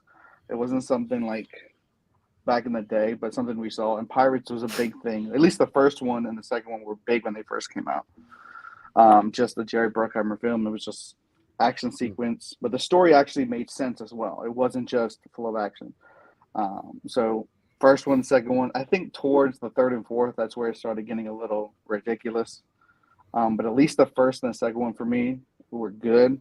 How about you guys? I had fun with all of them. Actually, there was a good amount I liked about Pirates of the Caribbean at World's End, especially the very last scene with all the boats happening and then the storm. And, it was an epic way to end it, I thought. So, yeah. I agree, though, that like these were events, because I remember when the first one came out, it was like a huge deal. Right. I was on one of those cruises. Like you go on a cruise, like the big deal is like, oh, you get movies that are in theaters that are now on the cruise right now, and one of it was Curse of the Black Pearl. But yeah, that must have been. But what was funny is that I think before people were kind of dismissing it because it's based off of a theme park ride. Why? Mm-hmm. And Johnny Depp didn't have the pull that he did until after Pirates of the Caribbean. Mm-hmm. So it was amazing what the first movie did. Yeah, I agree. That's exactly what it was. Like this role pretty much like elevated him. I enjoyed all of them. I remember we watched at World's End senior year at high school, and I didn't know at the time, but yeah, when you backtrack and watch the other two, you can see it kind of fell off towards the end. The fourth one was awful. I remember seeing that in theaters. I didn't bother. I didn't bother to watch it. Yeah. I So think they what did was a the fifth fourth- one. They did a fifth fifth one. Yeah. They did What's a it fifth called? one. Pirates No More or Pirates? I don't know. This time it's personal. No They're turning real back. Pirates. Pirates of the Caribbean. These are real pirates. Yeah, because I was like, wait, World's End. How do you make a title after? Like, what do you call Well, it? this was The World supposed to be the Begins? last one, right? Remember, wasn't it? Like, this Well, yeah, was pretty. supposed- The at World's End definitely like pretty much finished everyone's story. Like Captain Jack Sparrow finally got his ship. Orlando Bloom became the new Davy Jones, or I forgot. And yeah, and then Keira Knightley only got to see him once every how many years? I don't know. I forgot. That's right. Yeah. specific- Yeah, he could only come ashore like once a year, every 2 years or whatever. Yeah, But the reason why like, that happened is that he died, but then Captain Jack Sparrow, he wanted his role. He wanted what Orlando Bloom's character had, because it was like, immortality, and he could be captain forever. But since Orlando Bloom died, he pretty much gave that to him, so Orlando Bloom can at least come back to life, even though that means he's Mhm. stuck. I heard they're making a very new one, but he's not supposed to be in it. So I was like, I think originally, yeah, there was talks about Margot Robbie going to be like the main character in it, but I think that Jackie Sparrow. What is it? Jackie Sparrow, or it sounds like it's not going to happen. I would have hope been it at least. doesn't. I would have been intrigued at least, because I like Margot Robbie in adventure movies because she kills it in Harley Quinn. But it's we possible got to that stop it doesn't- sequels at some point. As long as they keep pumping out money, it's just Right. That's what the bottom line. If it makes money, it's going to keep being made. I don't mind sequels, but the fact that the Pirates of the Caribbean sequels were failing, it was a matter of why. Like, if you can't do it again, let it end. Correct. If it's not working, please fix it or just stop. If it's broken, fix it. Me fellow lonely fans, the journey's never ending. If you can't We'll go fix to it, Long let John it die. Silver. Long John Silver's now. You know what I would do with that? that's a money? delicious. Shout out to Long John Silver. If we get sponsorship in Long John Silver, Dude, We'll watch there's Pirates like of only one in Falls Church or something like that? Or? No, I think they're all going. Woodbridge. There's one in Woodbridge. Look, Yeah. I'll Woodbridge, only like a Pirates of California? the Caribbean sequel if the next Pirates of the Caribbean is going to be a Pirates of the Caribbean booty call. Oh my god! I'm not looking for me treasure neither. He's looking for his my- Captain Crunch. There's going to be a crossover with Captain Captain Crunch and Yes. Arg. Captain You Crunch took and the my Lost cereal. Milk. Captain And- Crunch and the Frothy Sea. No, that's and bad. the That's pirate horrible. from the fucking Simpsons The episode. Milky Way. Oh, arg! I don't know what I'm doing. I Yeah. walk around saying that. Yar. That's so yarg. I don't know what I'm doing. That's one of the best Simpsons lines I've ever heard. But you know what's underrated in this movie is the CGI work. Like Correct. the It's well dude done. with the squid face and the beard, like that shit was crazy. Oh, Yeah, Stealth. Davy Jones is well done. Yeah. Oh, no, Yeah. that was. I felt this was a staple of that early 2000s, maybe up to like Oh, it was. 2005 or something like that. Easily. So, Easily. Yeah. But all right, Sheen. So Number anything else two- to add? Or No, no? I mean, All right. I think this was perfect. I got a jar of dirt. That's all I did. So number Off two, the Long Johns. All right, number two. Albie kind of mentioned it earlier. Okay. Oh. Mission Impossible. All right. Put Respectable. his views aside. The movies were awesome. I would say that the movies were awesome, and I agree with Albie. I think personally, I've seen all of them, but I personally like Ghost Protocol. I think that's one of the better ones. Very underrated. But I think he also is on that level of doing his own stunts. Now, Yeah. I think the last movie that he broke his foot. I think they had to wait for that one to be finished or him to heal before he did that last scene. Yeah, that was Fallout. Yeah. Was that with Henry Cavill? Yeah. Mhm. Okay. That one's awesome too. Is that But I number think 4? the stories have always stayed like connected, but always made sense. I know you have these ridiculous stunts, but the stories have always been very, very good. I will appreciate the second one because it's a John Woo movie. It is. Mhm. It's probably the one that is not strongest plot wise, but spectacle. Yep. It's John Woo all over it. These, I mean, I guess you can argue Top Gun, but these movies are what put him like carried him through the 90s and into the 2000s. Yeah. Mm-hmm. Agree. But- Very much so. I just remember that one scene always being parodied by a Naked Gun where he's like dropping down on the list. Oh, Naked Gun. They did- that scene. They parodied it. Everybody Naked Gun parodied or that scene. wrongfully accused. Okay. I love MI1 Either way. though as a futuristic spy. I walk around talking about the knock list. Like it's fun. Talking about the first Mission Possible. MI1 was. I mean, Yeah. it was fun. If you had to A lot of pick stuff was well between done. all of them, even besides the trilogy, what would you guys? Yeah, so I be didn't your put the favorite? other ones. My bad. I didn't Oh, put you're the- good. No. I mean, but if you had to look at all of them, 4.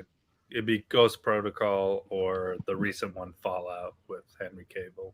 That's 5. Yeah, no, Henry Cavill. That's 6. What? Because there was Ghost 6. Protocol, then there was Rogue Nation. Rogue Nation, Yeah, and Rogue When then Nation. did there that was come? Fallout. Rogue Nation. Rogue Nation. coming out, If by I the were to way. describe Rogue Nation, that's the one where he's actually hanging off like a plane on the Yes. side. Mhm. That's how the movie it's a solid one, but I preferred Ghost Protocol overall as a story and everything. And then Rogue Nation was just really badass of like fighting Henry Cavill. Henry Cavill in the bathroom scene, and he's like treating his guns like reloading his arms with this. Yeah. Oprah wanted him to redo. He asked him to redo that. And I think that actually showed like he could play a bad guy as well in that scene. Oh, That was a really? very Right. No, it's I'll watch Definitely it. The wanna see bathroom more scene Henry was fun to watch. Yeah. I've seen Wow. just that scene more than once. Ghost Protocol is really well received. I mean, I don't really go I'll off. do it for Rotten Albert. I don't go off Rotten Tomatoes, but it's 93% on there. and It I was feel a like good Ghost cast. Protocol is what kind of really reinvented the franchise. MI3 tried, but it was directed by J.J. Abrams, and we know Oh how God. J.J. Abrams has a habit of starting out really good, but then he kind of fizzles out. So it's kind of good he didn't continue it, and other people got involved, and it became much better. He got tired halfway through the third movie. Kerry Russell was in the third one. Yeah, Who's Wow. Kerry Russell? Felicity. and I think like if I remember correctly, because they all of them connect, but I think the main thing was his wife. If I remember correctly. I think it's the Yeah. first. There's a 3 film. No. Which 2 one? Three, or you meet 3. her. Three, Yeah. it's his girlfriend. Then he actually marries her. Yeah, and then But from then there goes- on, his wife. yeah. Yeah. Wait, since this is not about family, why are we Thank getting God. married knowing Ethan Hunt's past? I would look at my past missions and go, That answers that question. I think in Yeah. 4. why you got married in the first place? Well, Mission Impossible 3, they talk about it how it's a bad idea for him to get married, and then Mission Impossible 4 reiterates why that was a bad idea and what they have to do later. it's like, what are you doing, dude? But what they do is interesting. You got to watch it. It's like they have Okay. like an interesting relationship because of that, and it's There really was, well done, especially when they explored a bit more in Fallout. Yeah. Was it Unless 2 she's that also- had, Unless she's also in the business, I guess. what's his name? What's his name was in number 2. He was in Hunger Games. He was I forgot what his name was. He was played the hungry? bad guy. He was in Hunger Games, but he was a bad guy in MI2. I didn't Okay. watch I forgot. Hunger Games, which one? You didn't watch it. Mockingjay Returns, or I think I only saw the Spread of first the 2 Eagle? Hunger Games, so I can't. Are you talking about Kiefer Sutherland? No. Oh no, his No. dad, Donald. Oh, Sutherland? Donald? Donald Sutherland? Was he in the it's second Let's see. You said it's in the second movie, Sheen. I think it's the second or third. I'm trying to remember who the bad guy because he comes. I think it's third Oh, one when he okay. comes after his wife. Is it? Yeah. Yeah, Philip the Seymour third one was Hoffman. Philip Seymour Hoffman, and he was a great Yes. bad guy. Yeah, He was awesome. like Is he really like. Oh, he's really you mean like the bad guy. wait. He's a gun runner, right? He's Yeah. I think he is. Black He was, arms like, dealer. a Oh, really yeah. bad guy. Like he played a really good bad guy. Like it was Right. Sorry, I think it's Derek. my favorite part if that's the one we're talking about where he's the black arms dealer. He's blonde, right? Yeah, and he was Yes. like he was like interrogating him. He was going like, "I'm gonna find your girlfriend, and then I'm gonna kill you right in front of her." Yeah, He was a favorite part of the movie for me. yeah, he was. I have seen that one. Hey, rest in peace to Philip Seymour Hoffman. I remember when He's Patch dead? had it. Yeah, he died a couple What? years ago. Wake him he up, died man. of a What's he going died on? of We a got more drug, movies to drug make. What? overdose. Yeah, sad. yeah. I remember. What do you Sorry, mean I was he's laughing. dead? He's actually dead? Yeah, Oh, I was laughing at the crud. Jason Sudeikis in front. He was the Charlie Brown. He's- Oh, you know, thought of a Charlie of Christmas is just. I gotta watch that. I never saw that. You're a rat bastard, Charlie Brown. one of the best SNL skits of all time. Yeah. I gotta look that up. I'll look that up. Charlie. What's the But I thought the shows were good. I mean, they had. I think they kind of. has staying power? Yeah, they had staying power. I'm looking forward to a new one's coming Mission out. Yeah. What? Reckoning. July It's coming or out something? next month or something. I'm looking forward Next to month. Oh it. wow!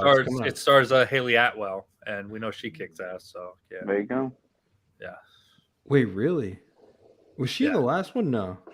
no, this No, is the going to be only- her first appearance. So. There's only been, I think, besides Tom Cruise, it's Simon Pegg, Vic Grimes, and Ving I think those Vic Grimes are those the only guys that've been in all of them. If I'm right. Well, I'll so be on it's only him and Ving Rhames have been in like practically almost all of them. Simon Pegg started joining since the third one. third one. Okay, that's what it was. Sorry, And 'cause I Michelle, can't. what's her face, was in the third one? Or Who? Maggie Q. She was that's in the it. third one, yeah. I said Michelle. What's her? Because I can't pull it up. Just Jeff said, "Oh God, Mission Impossible." This other user, what's up, man? His name is Manasseh Nascimento. So hopefully I'm pronouncing it right. He said Tom Cruise will be the new Iron Man. Said the rumors. They're real. No. Oh, the alternate Iron Man. I thought I don't he already did I that. don't know if that's gonna be true. He doesn't need to. I'm not saying it wasn't an intriguing idea when I heard the rumors. Like it was supposed to be him instead of Tom Cruise. It was, yeah. Yeah, It was supposed to be Tom Cruise instead of RDJ. yeah. Yeah, sorry, but yeah, you're right. It's coming out July. Wow, the new Mission Impossible is gonna be in July. It's got Palm Clemente from she's Mantis, Right. so she's in it. Wow. Okay. I think she was in the last one. Oh, it's part one, so I guess this is gonna be a 2-part movie. Yeah, it's Man. a two-part one. Was this the one they started filming during the pandemic and like? Yeah, Okay. yeah. So that's why it got delayed like crazy and like. Wow. All right, so look for LonelyFans in July. Dun, dun, dun, dun, dun, dun, dun, Dun, dun, dun, dun, copyright dun, claim. dun, Copyright claim. Doo-doo-doo. Good pick, Sheen, for the Mission Impossible one. I saw the spin-off version. It was called Position Impossible. So Maybe we should drop ours. Did you? Just What do you say mean by when you mean Mission spin off? Do you Impossible? Oh my mean God. off? You mean off? Something else off? Not Off, Yeah. it's an Yes. off. Yes. It's an off parody. parody off. Yes, it's a parody. All right, Sheen, take us home with your number one. Okay, There and we number go. one is kind of a childhood memory. I think we all have seen it before. Oh, very So, nice. Very I nice. think you can all quote all the lines in all these. But I think have the not main seen- thing is 2 or 3. I've seen some of 2, none of 3. Come on, man. 3 was great. so I will say Cray-cray? this. Go ahead, Sheen. I think it got sadder in not a bad way, but more teary eyed when you watch the way they are. So, like 3 and 4, 3 was just like, if everybody's seen it, I thought they were all gonna just get incinerated at the Right. end of that. And I thought that was like, whew, that was kind of We're a all teary eyed holding moment. hands. Yeah, It was. Yeah. You got a friend in me. by It the way. was intense for a kids movie too. You're going, yes, oh it my gosh. was. Fucking- And then number 4 was sad, but it was a good sad. It wasn't my Yeah. bad side. Sorry. You're talking about the incineration, and Fun Guy just goes, "You got a friend in me."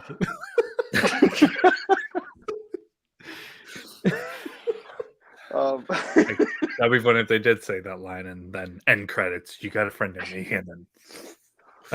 And I thought they were. I thought they were all going to get like roasted. I thought that was, but then they got saved at the last second. But I mean, you suspended your disbelief that it was a Disney movie for a second. You're like, "Oh my god, they're gonna die."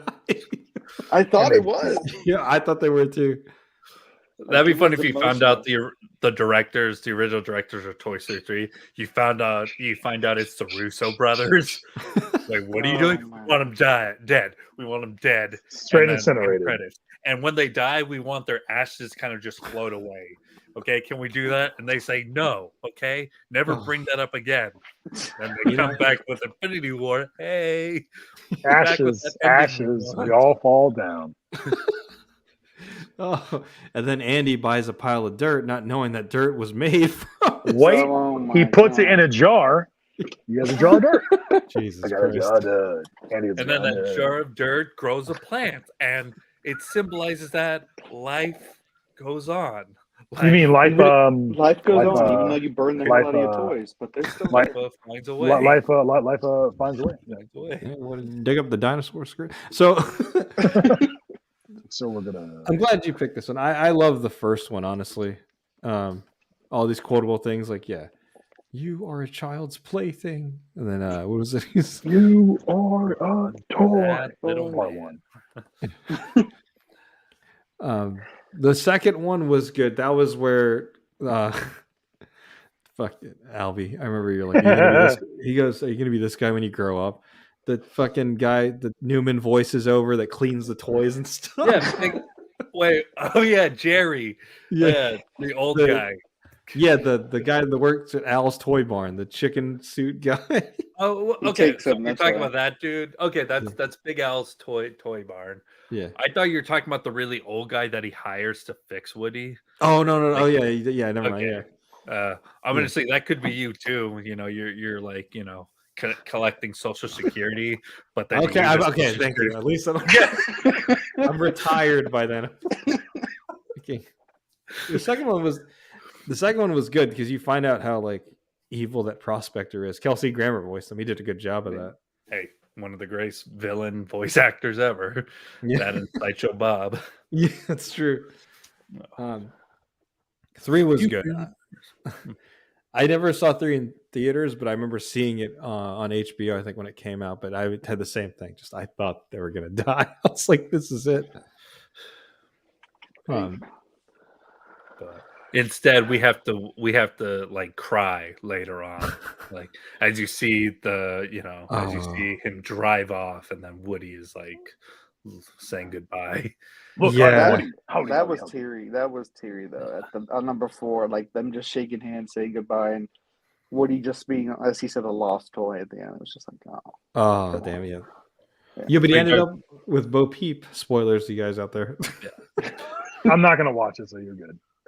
It's good. It was a lot better than I thought it would be. Like I think Toy Story 4 was a good example where it was a 4, sequel, but they didn't feel the need to go bigger. You know, it was really like a small focused story, and it was like really good, especially when 4? Like the majority of it takes place in a 4th one. It takes place in like an antique store that was like really creepy, but no, that was like really.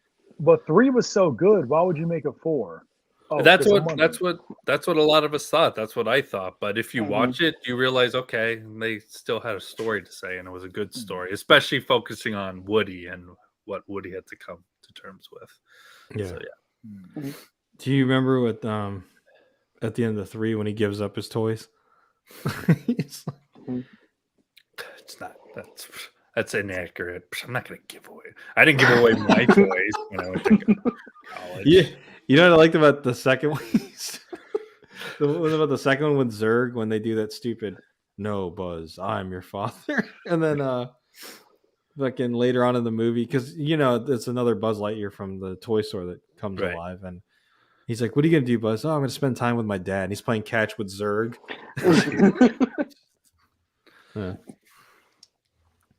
Good job, son. Yeah. Which would you say is your favorite, Sheen, from all three of these movies? Toy Story 1, 2, or 3, or 4? I would Or have to say Toy Story 5, Reckoning, or whatever. The best of the best. Best of the toys. Toy Story 3. They continue being friends. Honestly, it's 3 and 4 just from the emotions, but 1 is just quotable. Obviously, it's the best one. I think it's the best of all just because of that. But I would enjoy watching 3 and 4, even though the sad parts. But I'd go with 1, 2, or 1, 3, or 4. Honestly. 1, 3, 4. Yeah, okay, that makes sense. I don't count because I've only seen one. Make a connection to make a connection to Guardians with this. So Will Poulter, who played Adam Warlock in the third one. Yeah. True story. Will Poulter said someone came up to him and said, "I liked you as Sid." Oh my god! 1, Oh right? no way! Yeah. Word. Who the? Whose grandma did they have to? If that was me, I go, "Oh yeah, when can I come by your house and destroy all your toys?" I like you in Toy Story. Like your Toy Story, Sid. Wow, that's terrible. Bro, that's dark. What is it in one that I liked? Oh, when they're like trying to find the gifts, it's like, and like they're naming the gifts. My favorite's when he's got the army men out there, and he's like, "What do you get? Like clothes? Like, got him clothes." Yeah, and then Mr. Potato Head go like, "Who invited that kid?" Yeah.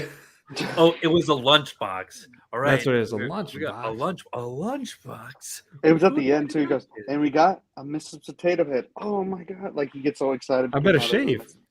Yeah, and then the ham, the piggy bank. He was like, "Way to go, Idaho!" The funny one, I mean, the first one I might have to watch because the funny part, it's like when it's like everyone find their moving buddy, and then Woody's like, part like, 1. Yeah, by the way, Andy's birthday's today. I don't know another thing. What? It's his birthday today. Yeah. It was well done. I've seen part 1 so much I felt like I watched all 3. Yeah. There's a 4. Okay, I remember that. I wouldn't be surprised if they're working on a 5, honestly. Left foot, right foot, left They've foot. done right 5 Toy foot. Stories, but they've yet to do a sequel to Monsters Inc. So that's a whole different story. They did a prequel. Oh, the university. Yeah, There's a prequel. yeah. Doesn't count. I remember it being okay. It wasn't the same, but yeah. But these are solid picks, Sheen. So this is a good top 3. Yeah, very good, guys. Very good. All right. Very, very good. So I'll just keep mine short and sweet. My number 3, a very controversial one. Hey. Oh, okay. Okay. About a little goofy kid. About a little goofy kid with pie. So notice what I took away from there, and I replaced. I took away American Wedding, which I know some people like the best out of all of them. That's what you skipped. Then okay. Yeah, it's definitely telling of the time. Stuff they probably can't do today. Nope. They definitely can't do a lot of that today, guys. No way. I think the most underrated character in this franchise is Jim's dad. Yes. Well, we'll just tell your mother we ate it. Okay. Jim's dad is amazing. Amazing. It's yeah. Chill out, Sandler. Okay, the second one I liked when they're on the walkie-talkie and they're trying to get them to make out, and then the kid, and it's like, all right, I want you to hold his ass. He's like, I'm touching Fitch's ass, touches his ass, and then the little kid's got the walkie-talkie. It's like, I'm squeezing his ass, mommy. Was it funny that the dad come over to it? And when he was he's like, hey, are we gonna eat? I'll be right there. He's just I'll be right. What else? The second one's when he also glues his hand to the porno tape. Yes, and the cops come. It was actually a touching moment that his dad drives all the way there just to be with him at the hospital. Yeah. And he's just, and then he has a cast. On diaper.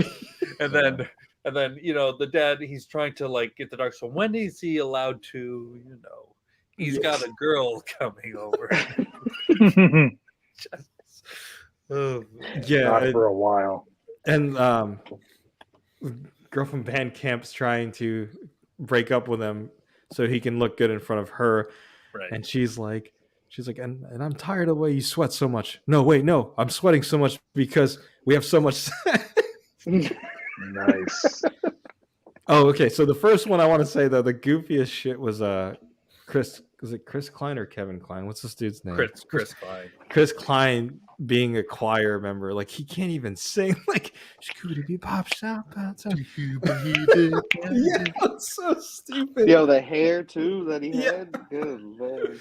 One of my favorite lines is when he's telling them that, and then Stifler goes like, "Man, Oz, I think you need your balls reattached." Man, Stifler, why do you gotta be so insensitive, man? It's so stupid. There's the thing where what is his name? Finch can't take a dump in school, No. so he puts like X-Lax in his drink. Oh. And then he leads them into the girls' bathroom, and He of course destroyed they Yeah, were out of seat covers, so he's just putting toilet paper on.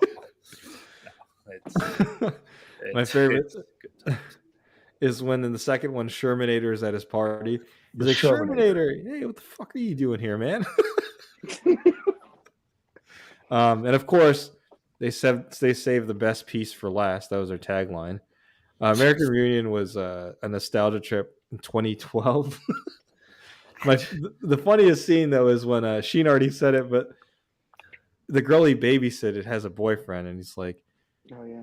earlier in the movie, he's like, that was her babysitter. He's like, who? You know, the guy that looks like Adam Sandler, and he's talking about Jason Biggs. Right. So he sees Jason Biggs later. He's like, you're going down, Sandler. Sandler. That was priceless. And was that like a few scenes later where like the cops come to the house? Yeah, His and dad is making out with Stifler's mom's. oh crap, it's the fuzz.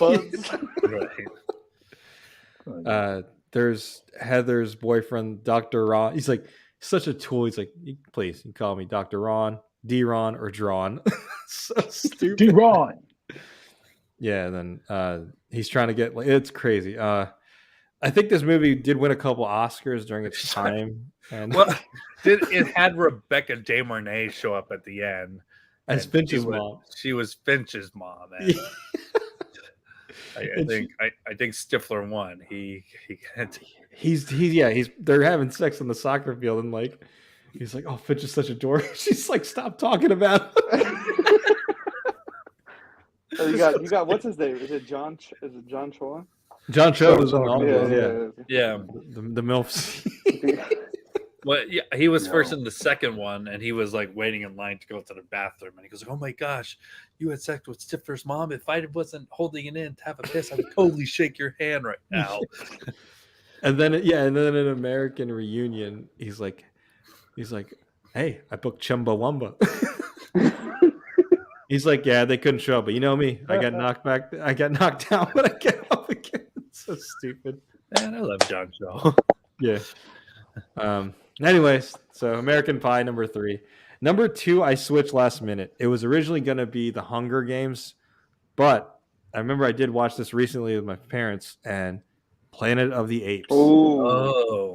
So we have Rise of the Planet of the Apes, Dawn of the Planet of the Apes, and War for Planet of the Apes. And this is probably like, I don't think people talk about this franchise as much. It's probably one of the best in the last 10 years. And we're supposed to have a new one this year, I think.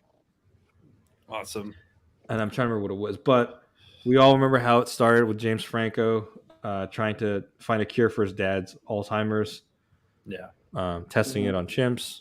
Fortunately, it doesn't work out, but in the process, Caesar gains control or gets a hand of it. And yeah, the first one's still timeless. I think you can rewatch it over and over again.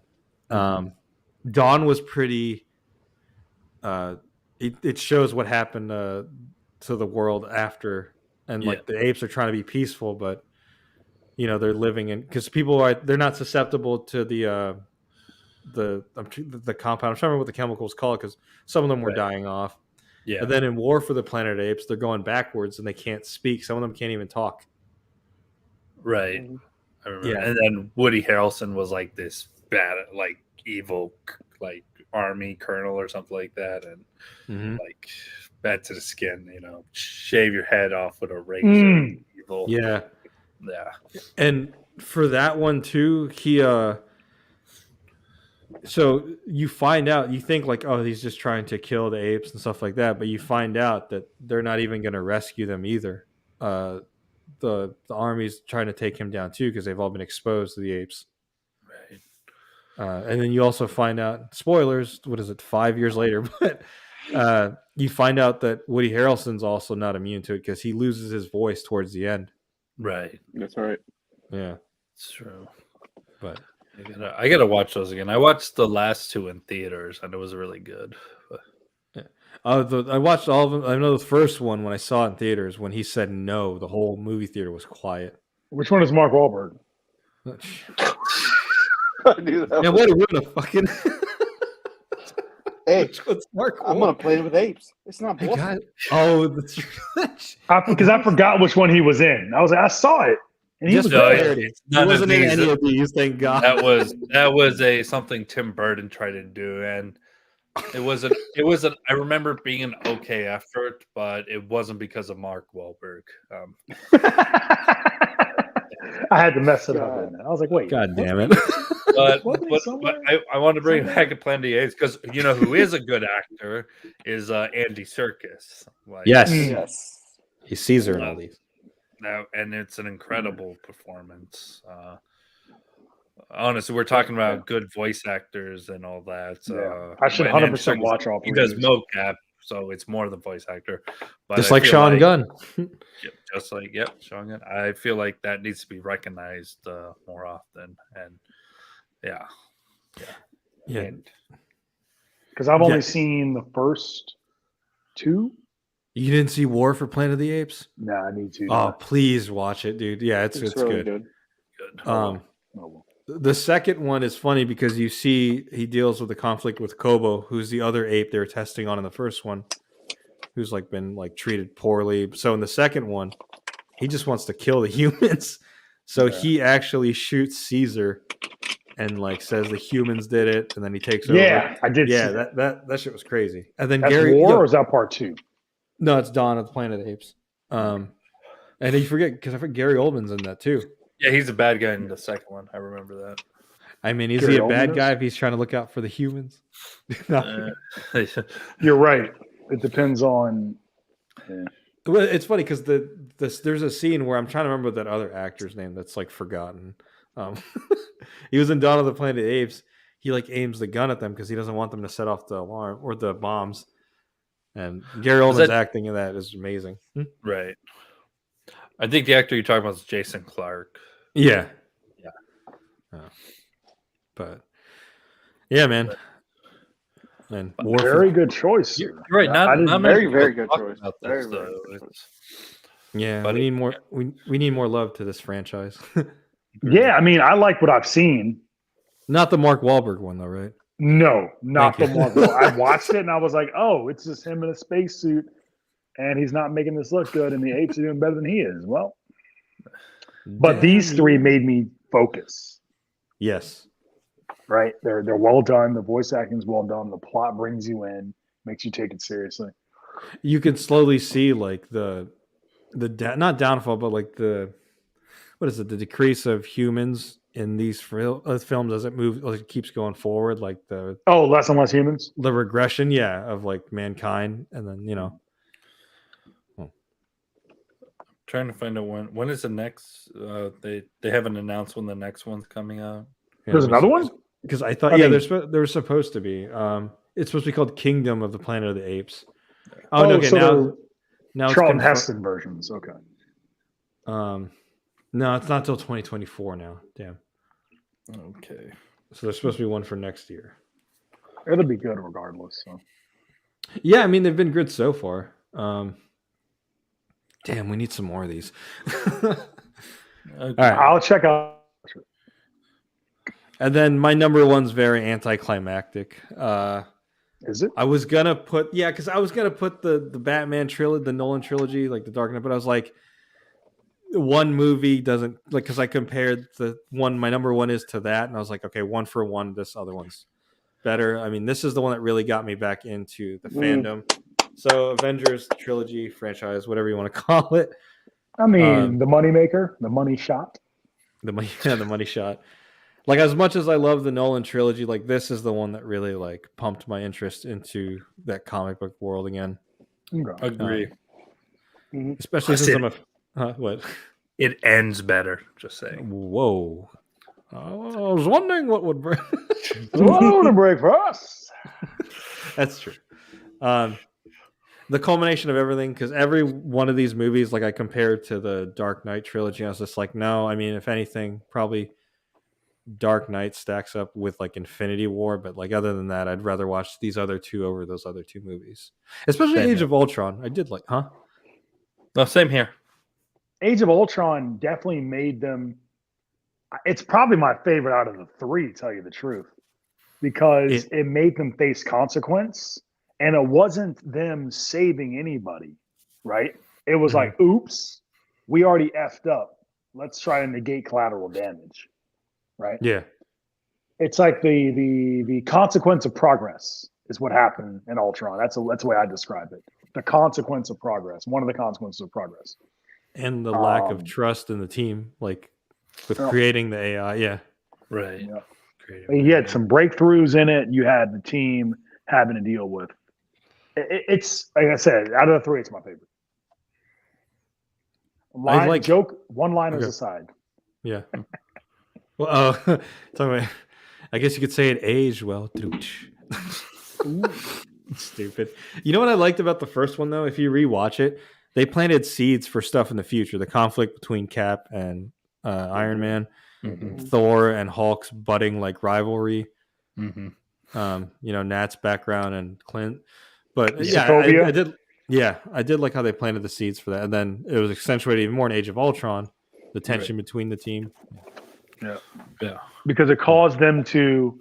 If you think about it, this is a bad analogy, but think of the Avengers as the people that bring the party, and they go house to house or hotel in the hotel room. Now they have to clean up and answer for it. And the Avengers, they got hit with the bill in Age of Ultron. Yeah. To put it very super lightly and lighthearted, here's the bill. Here's the dry cleaning. What do we do now? Now we're out of jobs. You destroyed my home. You destroyed my whole country. It also has one of my favorite like sequences is when they're all defending the beacon, and it's just a slow motion shot of all of them together, and like you got all these like crazy angles and whatnot, and you have the theme song like do do do do do do do do. Everyone got the copyright claim. No, yeah, copyright. We get flagged right now. Like, what was it that he said where he was like talking to Stark and he was like maybe I can explode it. He's like, I asked for a plan, not an escape route or something like that. Like I remember it was towards the end when they're on top of the flying city of Sokovia, I guess. Right. Yeah. Wait, I don't remember that line. I should watch it. Yeah, sure you watch. Oh, it also set up stuff for when Hulk went away with the Quinjet. It sets up for Ragnarok when he went to Sakaar. Exactly. And then we have Infinity War. And Endgame could be put on here, but it's because I'm keeping it in the honor of like threes. But I remember Albie mentioned it a while back. Every Avengers film, like as much as it was a film, these were events. And to me, that was the start of the big event for 2018, 2019. 100%. Yeah. That's how they came out 18, 19? Yeah, Infinity War and Endgame was 18, 19. And I like how Infinity War, it actually felt like a complete movie. Just with a really tragic ending. Just a really tragic ending. Like I like Endgame. I like Endgame. Endgame is definitely more of a celebration of all that and packing everything. But Avengers Infinity War was like a well done movie, And I'm harder. It could have ended like that. It just would have been the most depressing ending ever. Could you imagine? Yeah. I would have. Oh man. But Infinity the way it was written and everything, it all made sense. I was the bad guy in Infinity War. I like Infinity War a lot more than Endgame. I saw Endgame with my hype glasses off, and I said, I see what you had to do, and I see what you did there. I get it. But Infinity War, if it ended like that, I would keep laughing because people would be so mad. With him just watching off in the distance, yeah. But I'd have been like, it was a good closing shot. Yeah, it was a really good closing shot. Thor should have aimed for the head. Star-Lord should have kept his Emotions in check. He even says that in And Guardians. he blamed himself. Yeah, I said, mean, yes, it was supposed to happen, but you still chose your part and you still did it. The theme of it was like the reason why they lost is that they weren't together. They were all Right. like apart, like having their own thing, and since they weren't together, they couldn't. Pretty much, it's Avengers Infinity War, but there wasn't Avengers. They weren't Avengers. They're all doing their own thing, and when the biggest threat comes in, where the reason for the Avengers to exist happens, it failed because the Avengers didn't assemble. They didn't listen to Nick Fury. He's like, put away these petty squabbles and stuff's coming. What are you doing? And Tony said it himself, remember? That's right. He wasn't in this. Oh, yeah. Tony goes, that's see the model finger twist? That's the end game. We can fight. Yeah. He said, we can fight Arms dealer. Arms dealers all live long day, but that's the end game. More like this. Yeah. That was like the fallout of Civil War.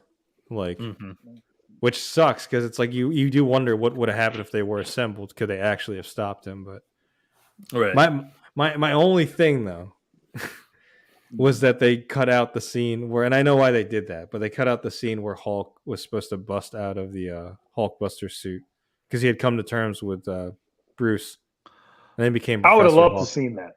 I would have too. That would have been just my own biasness, but overall, I love the movie. I understand why Thanos had to kick him and Thor's ass in the beginning just to show how big of a threat he was. Because they were Plus, he had the gems. He had 2 gems, right, at that point? Yeah, and I like Power gem and something else. Yeah, power in the whatever space or I like how they try to trick us with the promo. They only showed his glove like with 2 stones, like during the whole promo. They never showed that he actually had all of it. Actually, that was brilliant marketing. They tricked us in a lot of things. They tricked us all with that. Trailers. They showed us this scene where Captain America, Hulk, and Black Panther, they're all running towards the jungle. That never happened at all. Fake news. Yeah. They're lying to us. The Avengers are lying. All right. But this was like the culmination of everything, man. Like we saw Guardians, we saw Asgardians, we saw Asgardians of the Galaxy. This was the one where Rocket, he interacts with Bucky for the first time. It's like, how much for the arm? It's not for sale. I'm gonna get that arm. Yeah, I'm gonna get that arm. Infinity War, one of the greatest hero entrants ever. It was like Stormbreaker spinning around. If it wasn't for the portal scene in Endgame, I would still Infinity War's the arrival in Wakanda would have been my favorite scene. Bring me Thanos. Yeah. That was that's pretty much what I hold on. We gotta give props to Josh Brolin though. Not my hammer. To have everybody against you and you have to do CG, you're the main focal point, the main hated, and who brings it all together. Yeah. Oh, there he's got his short-haired Thor. Yes. Short-haired Thor with Stormbreaker. I keep my Rocket Funko here in Groot there too, just to commemorate. And Thanos' Josh Brolin's lines as Thanos are great. Like I was like, yep, Thanos gets to have fun and make everybody sad. I'm glad he's here. I'm always rooting for the villain. Yeah, me too. Without a good story, without a good we need a what if with what happened if you just won, but yeah, I mean, like again, like my reasoning was for that because like I love the Batman and I think Dark Knight's timeless, but I think these have so much rewatchability though. Each of these alone, Yeah. So that is the fuck's my cursor go? Oops. Oopsies. All right, so let's go ahead and stop sharing, and we'll go back. Cool, we're back. We're back. Hey guys, welcome to the after show. I'm kidding. After party. Yeah. After party. Yeah. Thanks again, because I couldn't read all the comments that came through because like I couldn't see, but tried to. But yeah, thanks again, guys, for our top 3 trilogies. Maybe we'll do one for top 2 sequels. See what I did there? We're going past the 2-hour mark, but I want to thank y'all for sticking it out with us, and whoever catches the replay, thank you. Be sure to hit that like button, subscribe, and remember, best of the best. All All right. Rest Well, in guys, is that my ending? I'm sorry. These guys. Oh, 3 because it's a trilogy. All right, guys. Trilogy. 3. 3 is a magic number. By the way, thanks for you guys not picking Fast and Furious. All right. Take care, guys. Oh man. Bye, guys.